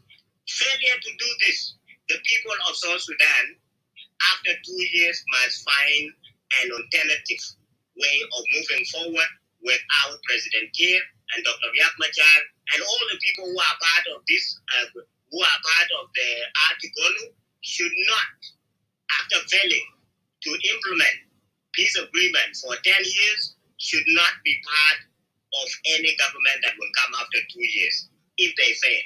But if they manage to successfully implement this agreement until it ends in elections in 2 years, all of them are South Sudanese, of course. They can participate in the next elections without any opposition. Thank you. Tapisa, you will come. Part of the reason why they failed to implement is because President Salva said the forces of Dr. Riek Machar will not be. The ranks that come through Dr. Riek Machar will not be recognized. Is that something that you can also support? Me as Dengbol? Yes, as a Dengbol. Well, if you've been listening to me on Clubhouse, I have made it very clear that President Kiir can also be blamed for 60% of the failure of the agreement, because there is no way you sign an agreement that you are not going to implement. And I said this in 2015, that do not sign an agreement if you are not going to implement it honestly and faithfully. And it's exactly what has happened now. So by saying that the forces will not be recognized, the ranks will not be recognized, or by dragging feet all the time, it is a total dishonesty and lack of recognition of the suffering of the South Sudanese people. I also said this, that President Kiir owned 60% of this agreement. If he had done 60%, the people of South Sudan from all tribes and regions would have actually exonerated him from this mess. They would have blamed Dr. Riek Machar and other peace partners. Unfortunately, not even his own 60% has been implemented. And now they're talking about if this agreement was designed to remove President Kiir from power, then he signed it. He should have accepted to be removed by this agreement. but not implementing it because it is bad for him is also in bad faith, and it's not good. And I mean, I don't think anyone would agree with him. So the agreement was, and they continue to talk about the agreement being difficult to implement and foreign. Then I said, then take it to wherever you found it. If the agreement is not South Sudanese, then why are you imposing it on the South Sudanese people when it is not South Sudanese? If it cannot be implemented, then why the hell are you implementing it? You see? And years are going. So there has been a problem with this agreement. They are not saying they cannot implement it. I don't have a problem with people even sitting down and renegotiating the agreement if the agreement is difficult to implement. But it has to be people's owned. So if the agreement was not owned by the people of South Sudan, if it was imposed on them, then they need to call the South Sudanese people. Let me tell you, the National Dialogue resolutions were very good. Were very, very good. No one complained about them. If our leaders were governing this country in good faith, they would have sat down as brothers, even after coming back from Rome, wasting Pope's time and God's time for nothing, to come back to South Sudan and continue to drag their feet. They would have sat down, they would have shook their hands, they would have said, my brothers and sisters, let's just sit down, and then let's just say, President Kiir, you are president, Dr. Yang Machar, you are vice president, and all this. And they say, to hell with this agreement, we don't need disagreement. We are one people. And then they would have led this country with the blessing of the South Sudanese people. The conflict would have ended. But they are not honest to themselves, and they are not honest to themselves. Later when. All right. Well, let me have our guests also weigh in. This is very interesting discussions, and Sister Mary and also Tapitha are here. Tapitha, this is the politics. You are in the midst of it. Mary, I hope you're hearing what we are talking about here. Brother Dengbol has given us a lot, and there's so many questions with less answer. Go ahead if you have anything to weigh in. I'm just my jaw is just dropped. Just at the amount of information that is coming out of this person. You know, it's amazing how much we know, and yet is amazing at the same times, in a way, how much we're failing. Look at someone like Dengbo, knowing that much information. I personally cannot even stand the chance to speak like that because I have no idea what this are, and yet the system is falling apart at the front of all of us when we know how and when to kind of just put everything together. Um, all these warring parties and everybody else that's pulling away from, the mainstream, it's hilarious that we tend to think that by pulling away, by forming something else, by doing this, and then that eventually will allow us to go back to what this journey was all about, to finding South Sudan as a nation itself, which in reality is not even close to what it is right now. How do we get to that Sudan without the extensions over and over and over again? What is actually the map that will take us to that South Sudan? And you sort of just see it in everybody coming in and telling us, this is what we could do to make it work. But then we know that for the longest time, what has actually been part of the problems, I wouldn't say that's the problem, but part of the problems is that we run the government traditionally. We run it in a cultural way where we focus on our people, which then eventually is about individuals within that particular people. But what is the way forward? Of course, there might be, other areas that need to be looked at, and maybe there are different forms that have to be made in order to make it work all together. But how do we get to that point? Person like me, because I have no clue what politics is all about, and yet I'm talking about it here. it's hard. I'm seeing people that are not working, that are not doing what they're supposed to do. And I think our brother Dengbol put it really, really well, that the point is these people know what they're doing. They know exactly what they're doing. They're kind of causing the chaos. So then all of us can be divided. And I think they have done that successfully. And I think that's what we're living right now at this moment. We're very divided as a people of nation. If we can find ourselves back, if we can Mhm. find the youth loving themselves, seeing themselves as Sudanese, as South Sudanese, rather, not as of Anuak or Chuluk or Noor or Dinka, we can really get away with what it is that they've been trying to put on us.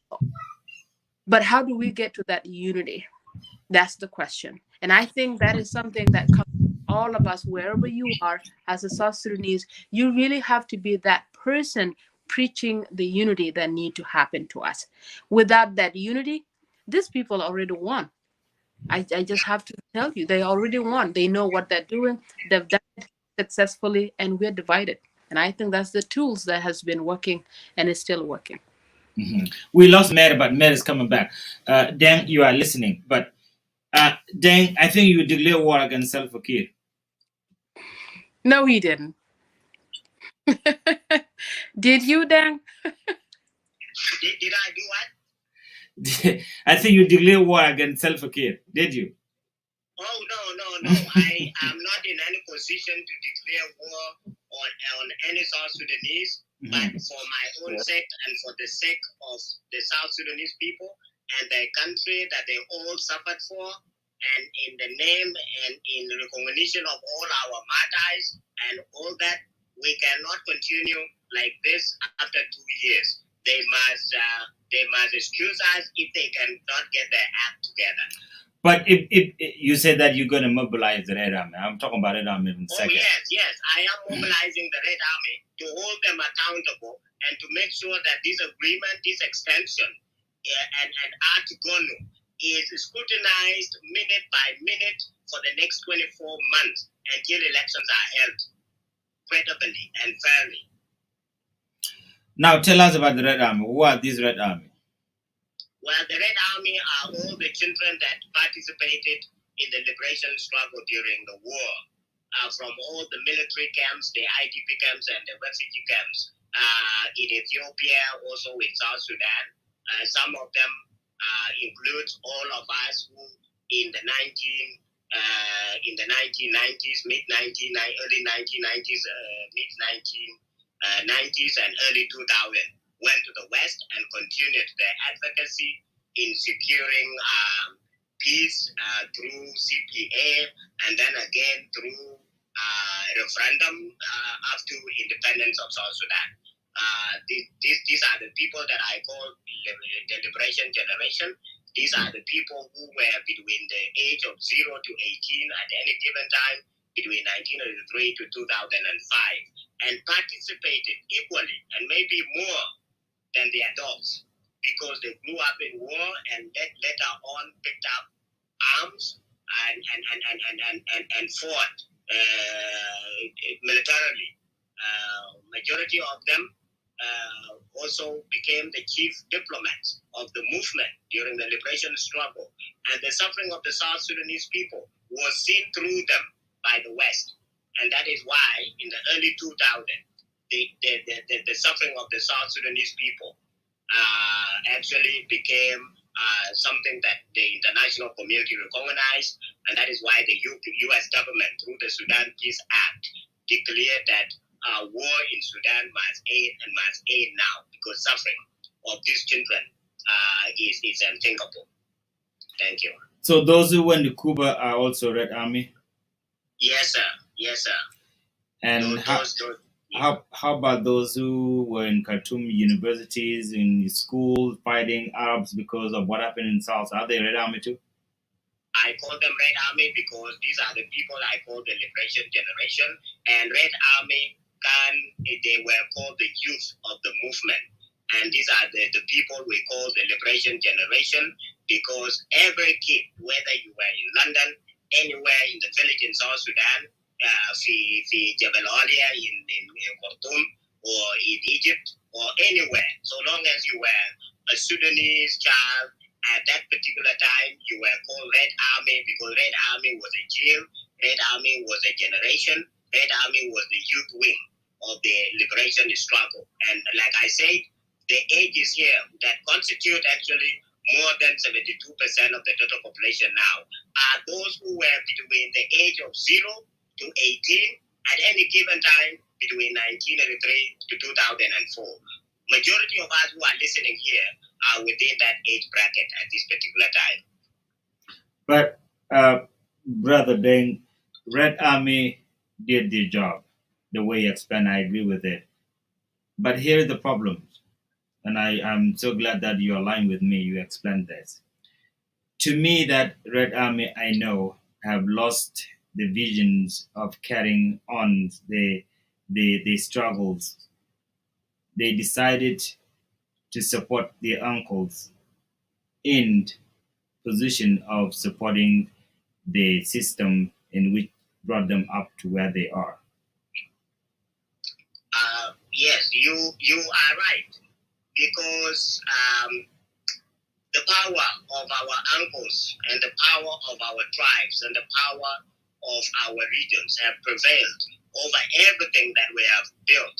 You are now talking about the Red Army, but it is even very difficult to believe that someone as loyal as President Kiir, someone who has lived through 2 wars of Anyanya 1 and then SPLM-SPLA war, people like Dr. Riek Machar, going back to James Waniga, Paul Manyanga with our good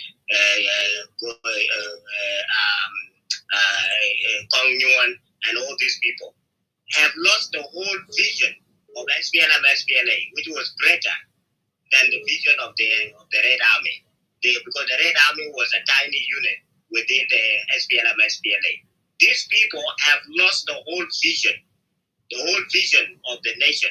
So we only accomplish one thing, that is the Republic of South Sudan. But then again, we have not planted anything on it. So yes, our people right now are no longer following the vision, the Red Army, and it is because they have no power. As you can see, the only clean generation as we speak right now is the Red Army, because we cannot be blamed for anything. You, Myung, can actually today contest against President Kiir or Dr. Riek Machar, even combined, and the people of South Sudan will not blame you for anything. But these people can be blamed for the suffering of the people of South Sudan from 2005 until now. The underdevelopment that we see in the country today, these two principles are to blame for this, because they have been at the helm of leadership from that time until now. So the Red Army are used as tools of division, and majority of them are the ones they are divided. And the reason why they are divided is because they have been lured into following their uncles for political and social survival. Because if you don't belong, then okay, I will give you an example. In Juba, people think that it is all the Nuer people that were living in Juba at that time rebelled and went to the bush. Majority of them did not go to the bush because they wanted to follow Dr. Riek. They ran for their lives, because if you don't run and somebody who is fighting a tribal war and finds you and you are a Nuer, they'll kill you.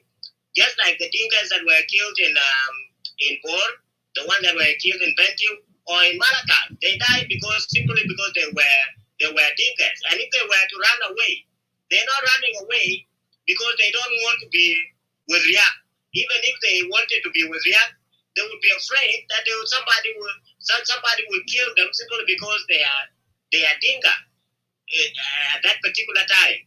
This is the vulnerability that the South Sudanese people are going through. Well, but then this is something that we should recognize. You as a leader of the Red Army, or as a member of the Red Army, or as a youth, because I rather call it the youth, because Red Army would only factor to one group. If you did say that correctly, that people were killed because they were Denka, it was because, now this is going to take us back to politics again. It was the cause and effect. What happened in Juba? You said very right that people in Juba were running away. They were not running away because they were supporting Dr. Riek Machar. They were running away because they were being killed. And they were being killed simply because they were Nuer, right? That's the point. But the question here is, that is the right time that the Red Army would have come out and say enough is enough. These are South Sudanese. They have nothing to do with Riek Machar. These are Nuer who part of this government. I mean, who are part of this war when we were fighting Jalaba. And this, from right there might have not been even a killing somewhere else in another part, because those people that were, I'm not saying that is something that they could do. No, it's wrong. It's wrong. You cannot, retaliate. But these people might not have been killed because why? There's justice somewhere in Juba. Mr. At a particular time, the Red Army Mr. Young, only been Yes. formed for less than 1 before year. At that talk time, more, not can even I, 1 year. I weigh in, and then I need to Yeah. get out because of my phone. Yes, you can come. Oops. Yeah, you can. Go ahead. Go ahead. Do Then we? Tapi the one away and she wanted to leave. Yeah, ahead.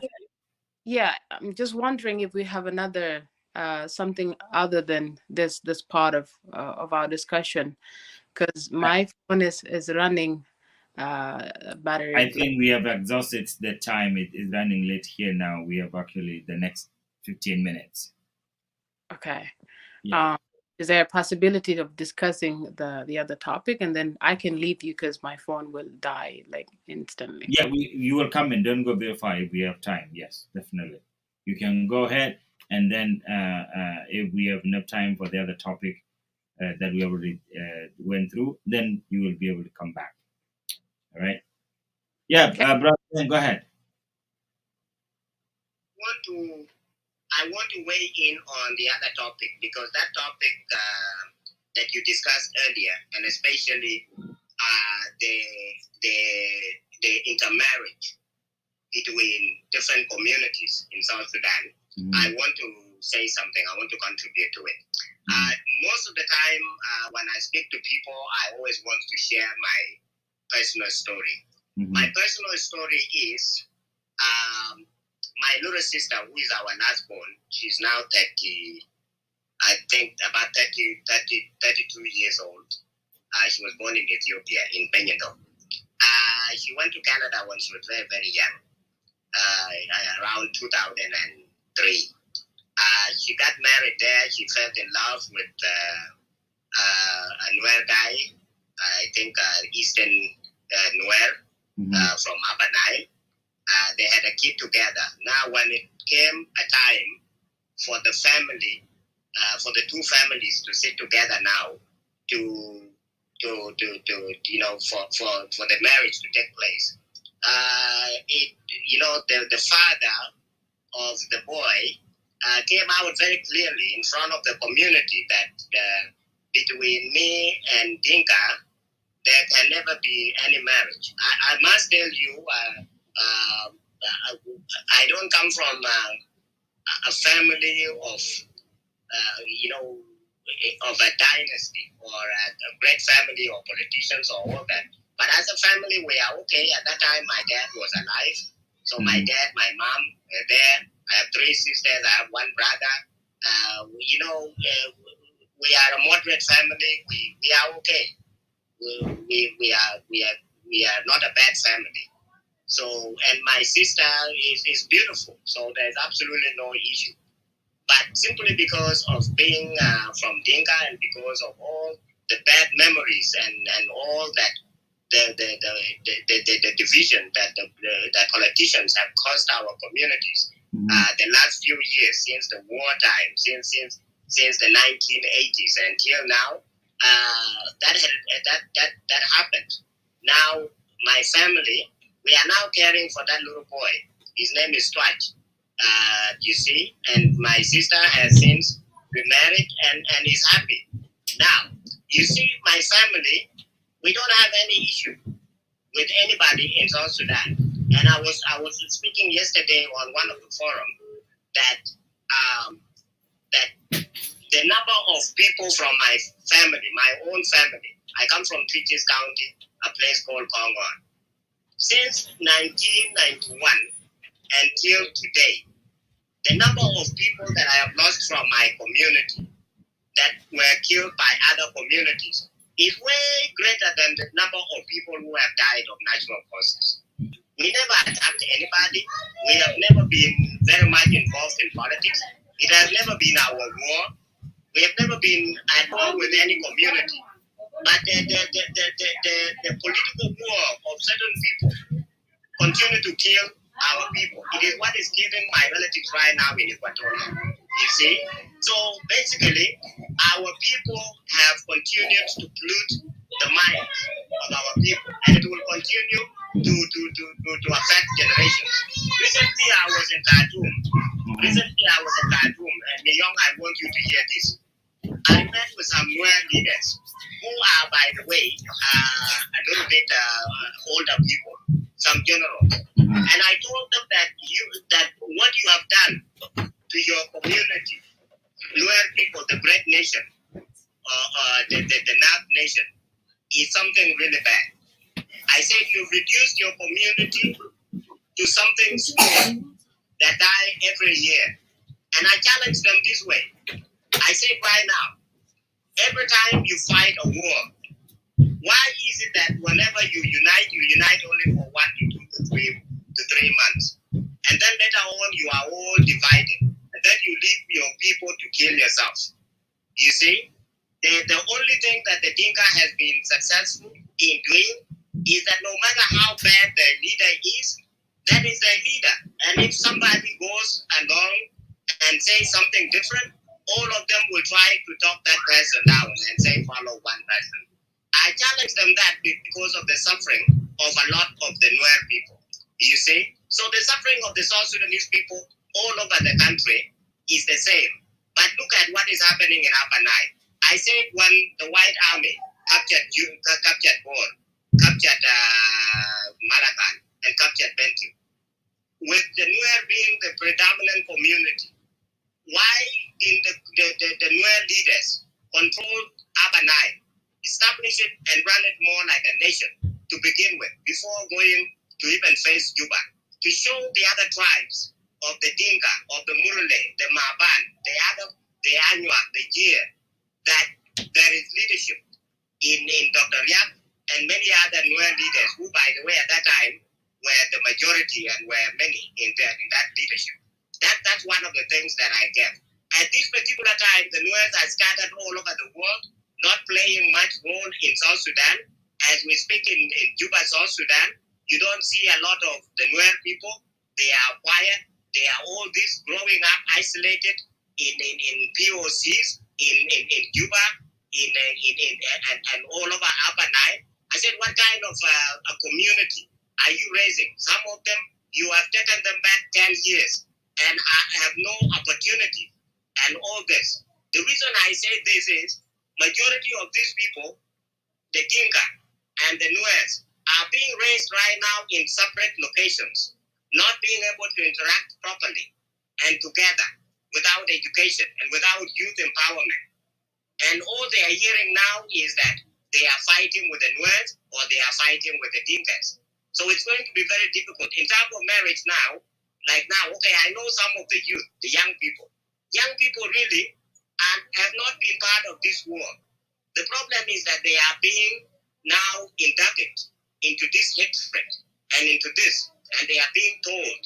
And if we don't break the cycle now, for instance, if we don't work hard, and this is where I challenge someone like Tabitha and Mary, as youth, to work very hard in making sure that a bridge is built between these two communities, being the largest communities in South Sudan, because the Nuer people can break or make South Sudan. And the problem here is that they have not been a blessing to an independent South Sudan, because what they have done to the nation the last 8 years is actually really bad. So I want to say this. This marriage of Dr. Yak's daughter to someone who's a Dinka from Werap is a clear testimony that the politicians are friends. They have no problem among themselves. The problem that they are only using, and I have always said this, President Kiir needs Riek Machar to stay in power. Without Riek Machar, President Kiir will have a lot of opposition within the Dinka. This I can tell you.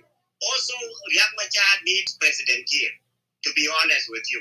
Because without President Kiir, the young people will bring up even somebody else who is probably going to be even way better than President Kiir, who is even going to make a young leadership today that has become so shameful better. You understand? Yes, I'm bringing Tabitha, because you are saying great things and we are running out of time. I want Tabitha to answer what you say. Go ahead. Thank you. So I encourage those of Tabitha to invest in the youth, to demobilize their minds, to take their minds out of this. Love is love. Mm-hmm. And it should have not even been discussed publicly because it is a personal thing. I am married to a Japanese. So why would it be okay for me to marry a Japanese but cannot marry a Nuer or a Letuko or an Anyuan? Thank you. That's a very good point. For our viewers, this is Dengbol, and Dengbol is in Japan, in Tokyo right now. He is actually a Japanese South Sudanese. He married to a Japanese woman.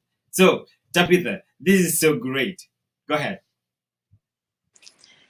So I think if I got him right, he said, "Why would someone marry from somewhere than to marry within?" That means Yeah, he said, why is it okay for me to marry a Japanese and not okay to marry a Nuer? Exactly, it is accepted in a sense that what we're talking about is the hatred that has already been created. It's not that we can't marry because we've been doing that. It's just that at this point, it seems to be the only thing that takes our attention. So then we can talk more about, what has already established, that is the negativity within us. So, of course, right now we're very okay that you have a Japanese wife, but then we're very not okay if you were to go and marry from North. That's just hypocrite. We know that is not reality. We know that in order for us to move forward, we really have to do away with these things and get them out of our system, of course. But that's the reality. This is the issue. We have it, and we'll still have conversation, about this problem. How do we get forward? It's just do you. If you love someone from Dinka, like I said earlier, get me a Dinka. I don't know who's listening, but get me one. But I'm just kidding. Or maybe not. So so I think we have to look at it from the point of how this system has messed us. Family has been messed, and we don't accept the reality. This should not even be a conversation because we are one already. What is the difference between the rest of us and Dr. Riek Machar? So there's no difference. And whoever that family is, because I don't know, but I think it's a good family. I think the last thing we have to fight for is that our children are getting married. I think that should be our conversation. That whoever they are, wherever they are in the world, that they can have this way of finding themselves and marrying each other. That should be the only conversation. Yeah, Deng. Deng, have you met yourself? Yeah, I'm here. 10 points from Australia said, Brother Deng Bol, you and I were in Juba in 2013 to 2015, and I never heard of you making such a statement before. I don't know which statement he meant. What happened now? Well, I think circumstances changed, and at that particular time, I objected to one idea. I said, as the chairman of the Red Army Foundation, there are things that we stood for, things that we did not stand for. We clearly said that there will be war if we have two armies. We said that we the South Sudanese people, do not need an army to protect our leaders. It is a political issue. If it is a political issue, we need an agreement that will guarantee elections. Because we are not going to use it, we are not going to protect elections using guns. So a national army is a national army, and Vice President or First Vice President Dr. Riek coming back to take up his position, will take up his position as a senior member of the government. Therefore, he does not need an an independent army. We envisioned and we saw it, and it became true in 2016 when close to 400 members of South Sudanese people from the two sides killed themselves in just less than 40 minutes. That is like, I don't know how many people per minute. That's what happened. What was called the J1 dogfight. That means we were right. Secondly, we said that it should not be termed as a tribal thing. And the more we called it a tribal thing, despite the justifications that many people had, that Dr. Riek was working very hard for those of Ezekiel Lul, those of Majak, those of the ones, I don't know, was it Denga Lord? Yeah, then to be released. And then also another thing, Mama Nyandeng was also not supporting President Kiir, and it's a Dinka that the son of Dr. Riek, Dr. Garang was already with Dr. Riek. Those of Agal Machar and also joined Riek Machar. There were reasons to believe that it was not a tribal war. But our people, because you cannot get fighters. Let me tell you something. In order to get fighters to fight your war, you must find something that you must be selling a product that weak-minded people will buy. So it was sold to the people that it's a tribal war, and it can only be a tribal war in order for people to get that. Even if the Nuers were killed and the Dinka were killed again, or what. At the end of the day, all of them are South Sudanese. And what these leaders wanted was to bring the country back to peace. So it should have gone that way and left at that. And then let justice be, because even one of the reasons why it is very difficult to implement this agreement, according to these leaders, is that they are afraid that they are going to be held accountable. But brother, the problem is that you are brushing two people with the same brush, which is not, to me, is not correct. When you say that these leaders, there's only one president in our country. And I like the fact that you said President Kiir has 60% of the implementation quota for him. If this 60% was implemented, right, we wouldn't be where we are now. I want to tell you, I have had an agreement. What I have always done is always given credit where it is. I have always given someone his or her right. I said this very clearly. Since the beginning of this agreement, only Dr. Riek Machar, Lama Akon, and other political parties have been complaining. Why? Because they agree most of the time the SPLM, IG, always try to play tricks. And then they are told no. The article in the agreement says this, says this, says this, says this. And then it is redone again and it is done. Meaning, the government has been the one at fault. Now, there's a mistake here. And we speak right now, Dr. Riek Machar is going to be on his way. Your voice is going very far away. Okay. Dr. Riek Machar is going to be on his way now to Freedom Hall to extend this. He has not complained. He has not said the agreement failed because President Kiir has not implemented his part. Instead, he has bought into it. And people like me, Comrade Myong, as you know, I I know a lot about the inner workings of this government. I even know some of the deals that they have already reached. I even knew that the agreement was going to be extended and all this. These people are okay. They bought time together. They like it. People in parliament right now who could have not had a chance to be called honorables in the history of this nation are honorables today because of this horrible war that is killing our people and that has caused the suffering of our people.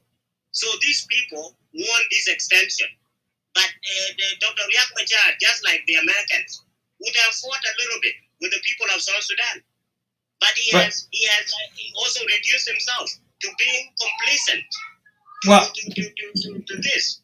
Instead of at least fighting with the people, because people like me will fight with him, will back him up when he says no.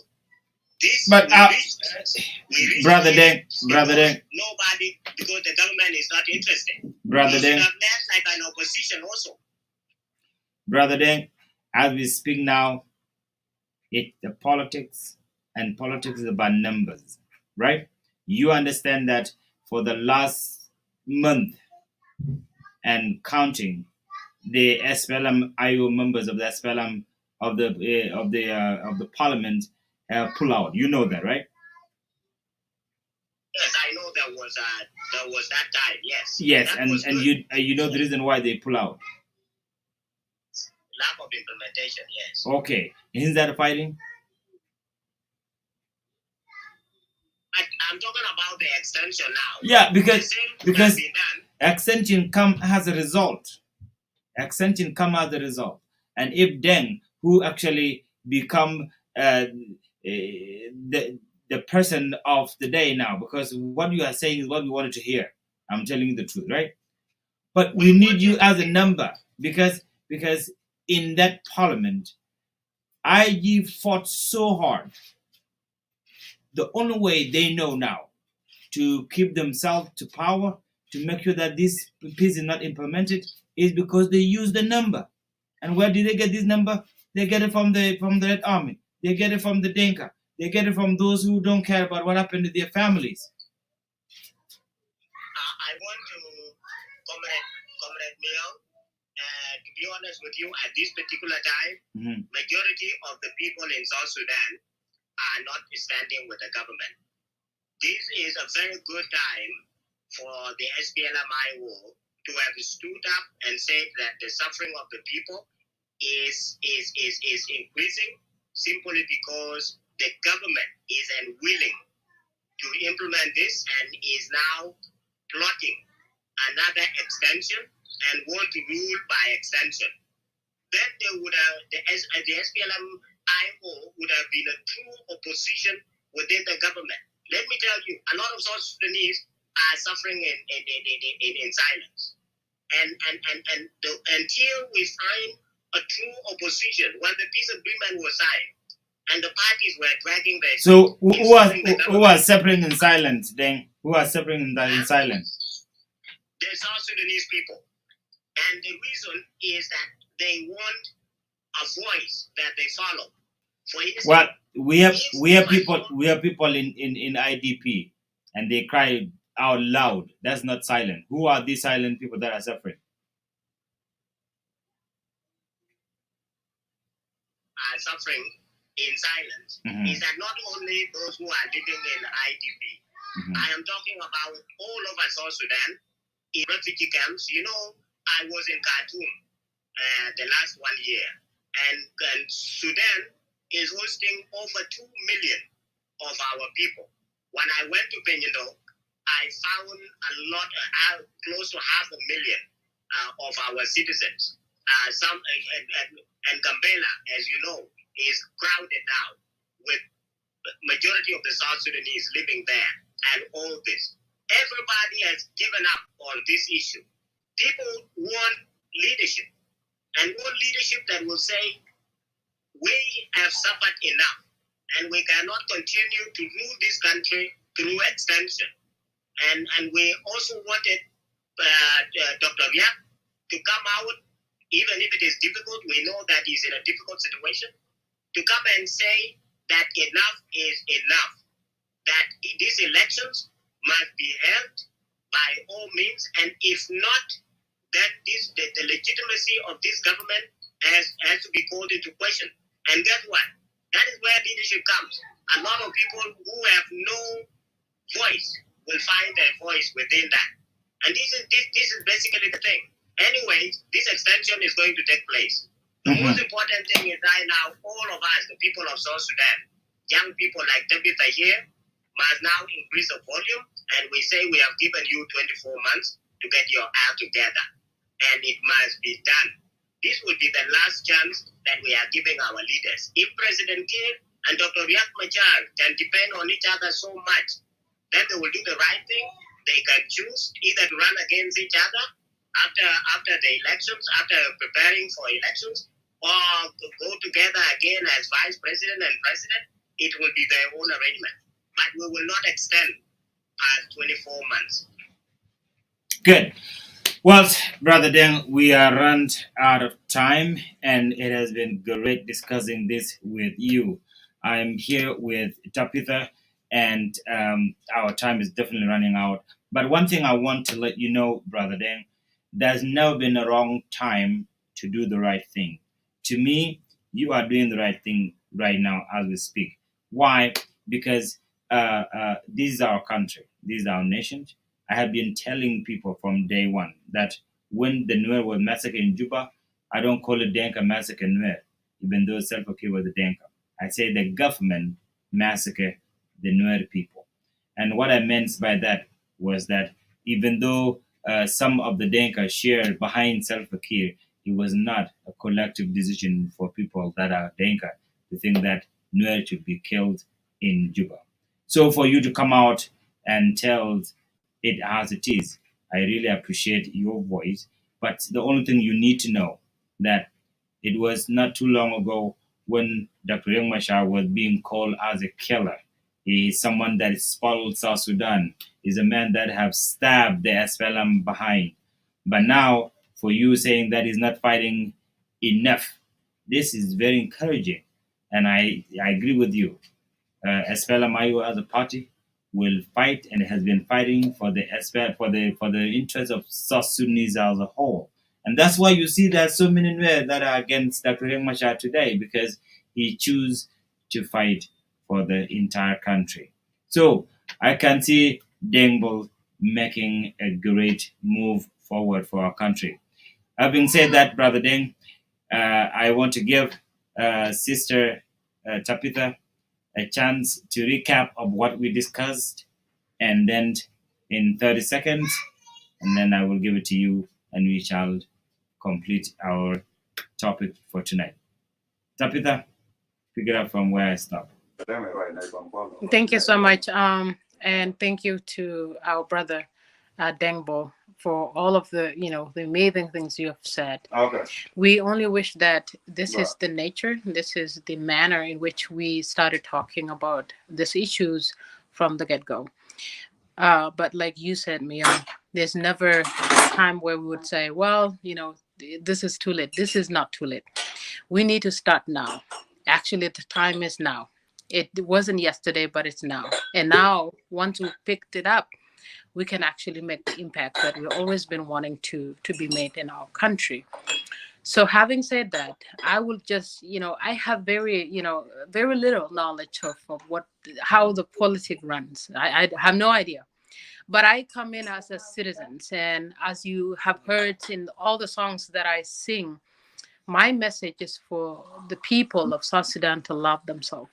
We really have to know that we got nobody else. We can run to the East African countries and tell them, come and help us. But until we come to the point that we realize we, the people who have the cultures and and the way we govern ourselves prior to having this nation, we have the way to changing how we behave toward one another, because that's the only thing that will change us. But most importantly, we need to know that the division has already been made.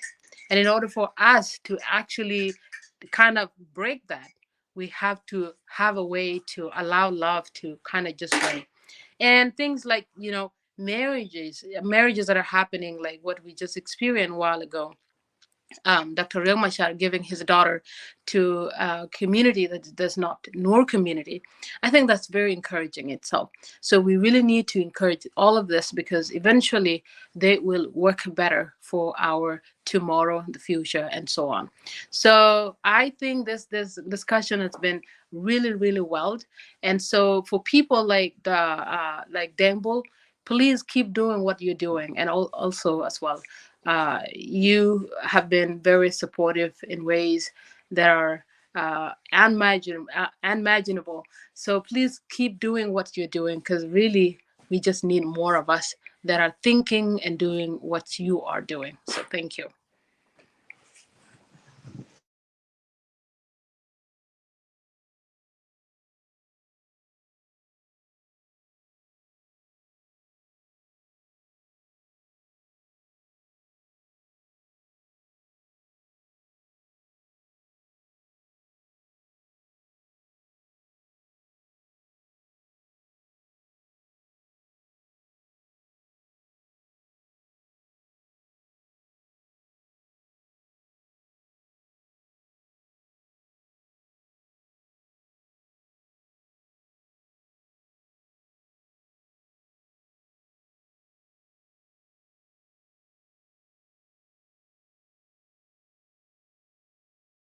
Who fought very hard to liberate our country have not been able to develop you people, the youth, between 2005 until now.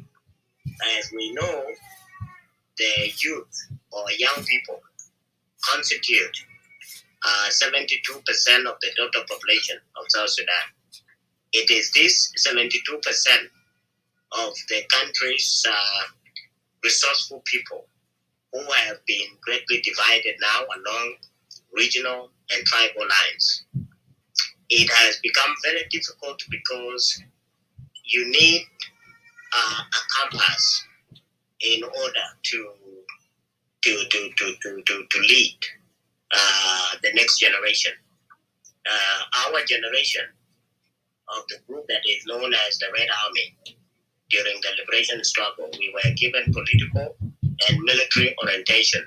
And that is why most of the time our people, some of us, majority of us to speak, finds ourselves in positions of leadership and take ownership of the issues that are affecting our people. It is because we had great mentors, we had great leaders, we had great people to tell us what to do and what to prepare for, especially for the future. We were prepared for this nation. The sad thing about what is happening today is that our people have not taken the time to invest in you, the youth. The only consolation that I see here is that majority of you are in diaspora, in East Africa, and in Western world, and in many other places, and you have access to opportunities. I encourage you to get involved and develop your own leadership skills, but make sure that you align them to what is happening in South Sudan, so that when you come back later, you can contribute to the reestablishment of our nation. As you can see, South Sudan is yet to be well established as a nation state.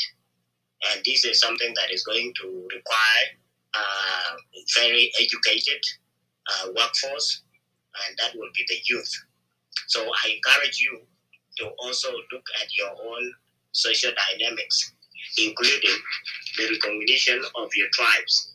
It is good that people like Tabitha and Nibol, as youth of South Sudan, to share one stage and speak freely without any hatred within them. This is the kind of youth that we want to develop in South Sudan. Otherwise, people like me and Myung, who are a little bit past the age of youth, who are in our 40s right now, or to what I would call midday kind of age, we will not rest well if we know that we are leaving this nation to nobody. We, at the time that our leaders were fighting very hard during the war, they were the age I am in now, and they were able to raise us, they were able to mentor us, they were able to bring us up. So we will only be happy, and this is where I appreciate the leadership of Young now, bringing the youth together through platforms such as this, because this will be his contribution to South Sudan of the future. Because without preparing a generation that will know, that will work together as one people, developing one nation, recognizing that they come from different communities as we come from different families, appreciating their diversity, but still unite for a common good of the nation and work together. So, Comrade Nyong, I appreciate the time that you've given us, the platform, and thank you very much for giving this platform to the people of South Sudan, particularly the youth, in order for them to find sense of belonging in discussing things that affect them directly and things that will help them pull South Sudan out of this problem that we are in. Thank you so much. Well, thank you so very much, Brother Dengbol. It has been my pleasure talking to you live, and this is a continuation of something that we need. We are South Sudanese. We need ourselves. We have done so much, so many bad things to ourselves, but the only persons that will come and turn around to change this is only us. Like Deng said, I put this platform together. It's not for Espela Mayo, it's not for anybody else, it's not for IG, it's not for anybody else. It is for South Sudanese. And that's why I, a member of Espela Mayo, I see that this platform is for anybody. You don't have to like me to be part of South Sudanese. I don't have to like you, but we must agree to disagree on our views when it's coming to politics. We are educated enough to recognize our differences. We are educated enough to recognize our strength on how we can progress our life. South Sudan is only 11 years old, and the world is already tired of this young country for so many crises after crisis after crisis. We are everywhere in this world. We are in South Africa, we are in South America, we are in North America, we are in Asia, name it, we are there. And if we can contribute for the betterment of this country, we would really, really change our country for the best of our youth that are coming up. Kenya is going for elections on the 9th of this month. I think it's something that South Sudanese would keenly pay attention to that election. If you talk about tribes, there's so many things that are happening in Kenya that are just as bad as us. They are as tribals as we are in South Sudan, but the leaders decided to shake hands and say enough was enough, and let's put our country first instead of our parties or ourselves. This is something that we can do as well. I appeal to the leader of our country. The extension of the peace agreement, to me, is also to save any disengagement. Any chaos that would happen. It's not that it's something good we can do. We do not have choice. But if it's something that we can do now, let's make sure that together, let's walk the land of South Sudan and implement this peace for the betterment of our country. Enough is enough for all the things that we have been doing to ourselves. Yes, so many people are so bitter, so many people are so angry, and so many people have been displaced. Many of these people live in ID camps not very far away from J1. And I have not seen the leader of our country for even a single day to pay attention, to pay a visit to these people. These are South Sudanese, and these are the future of the country. So I'm going to leave it as such. I want to say thanks to our pundit that I have brought it together with me. One of them is Brother Deng and Sister Tapitha and Mary. They were both giving us great points, and I really, really appreciate your time, my fellow citizen. Thank you so much, Brother Deng in Japan. Thank you so much, Sisters Tapitha in Melbourne, Australia. And thank you so much, Sister Mary Newell in Perth, Australia. I can't even say it right myself. For that reason, I want to say thanks to my viewers, those who have been watching. Please tune in next week, and we will be right here at the same time, same place. Thank you very much. I shall see you all when we come back next week. Thank you and goodbye.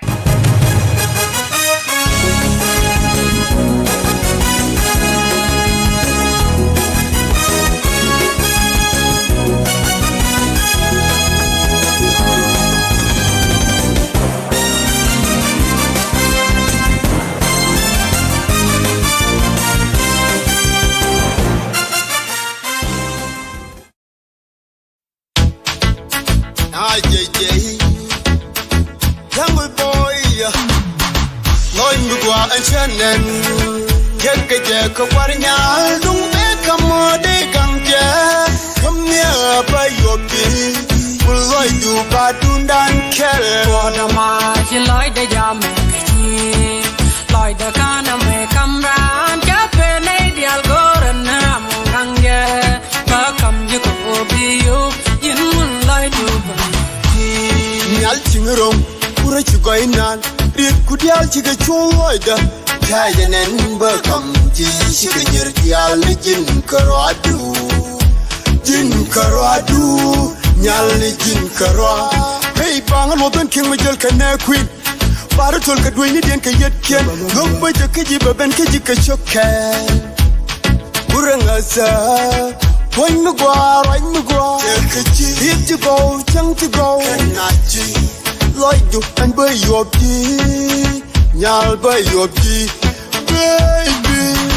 Lloyd Mugwa and Shannon, Jack, Kawarnya, don't make a more day come near by your tea. Will I do Badundan Kell? For the march, Lloyd the Jam, Lloyd the Kana may come round, Japan, the Algoran, Ranga, welcome you could be you, Lloyd Namnia, con young again.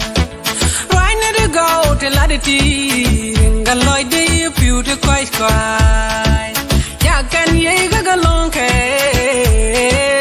yo, you can you make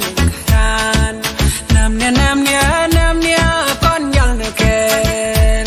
You want me by what do Paraguay do? Now you may look in I would and tell me. Like Shaman go like the go pay Jagasha. Lloyd Mugwa and Shannon, Jack, Kawarnya, don't make a more day come near by your bill. Will I do Badundan Kell? For the march, Lloyd the Jam, Lloyd the Kana may come round, Japan, the Algoran, Ranga, welcome you could be you, Lloyd She not Guadajuk, she no Guadajuk, Mangoraman, she comes a love on Jalkel Yoda, Chakwasi in a Dunga, Shaman come,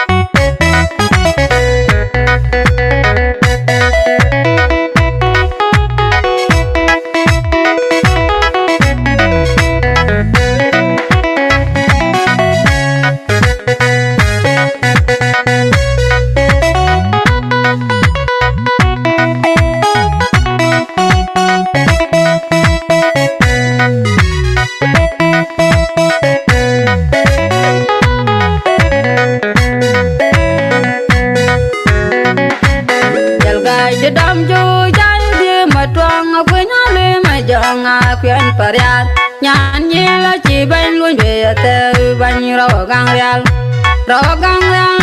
chung về chỉ lên ron quan mà ra đi ra jam đời cái bên tây ayana có là bungar ayana có là bungar ayana có là chỉ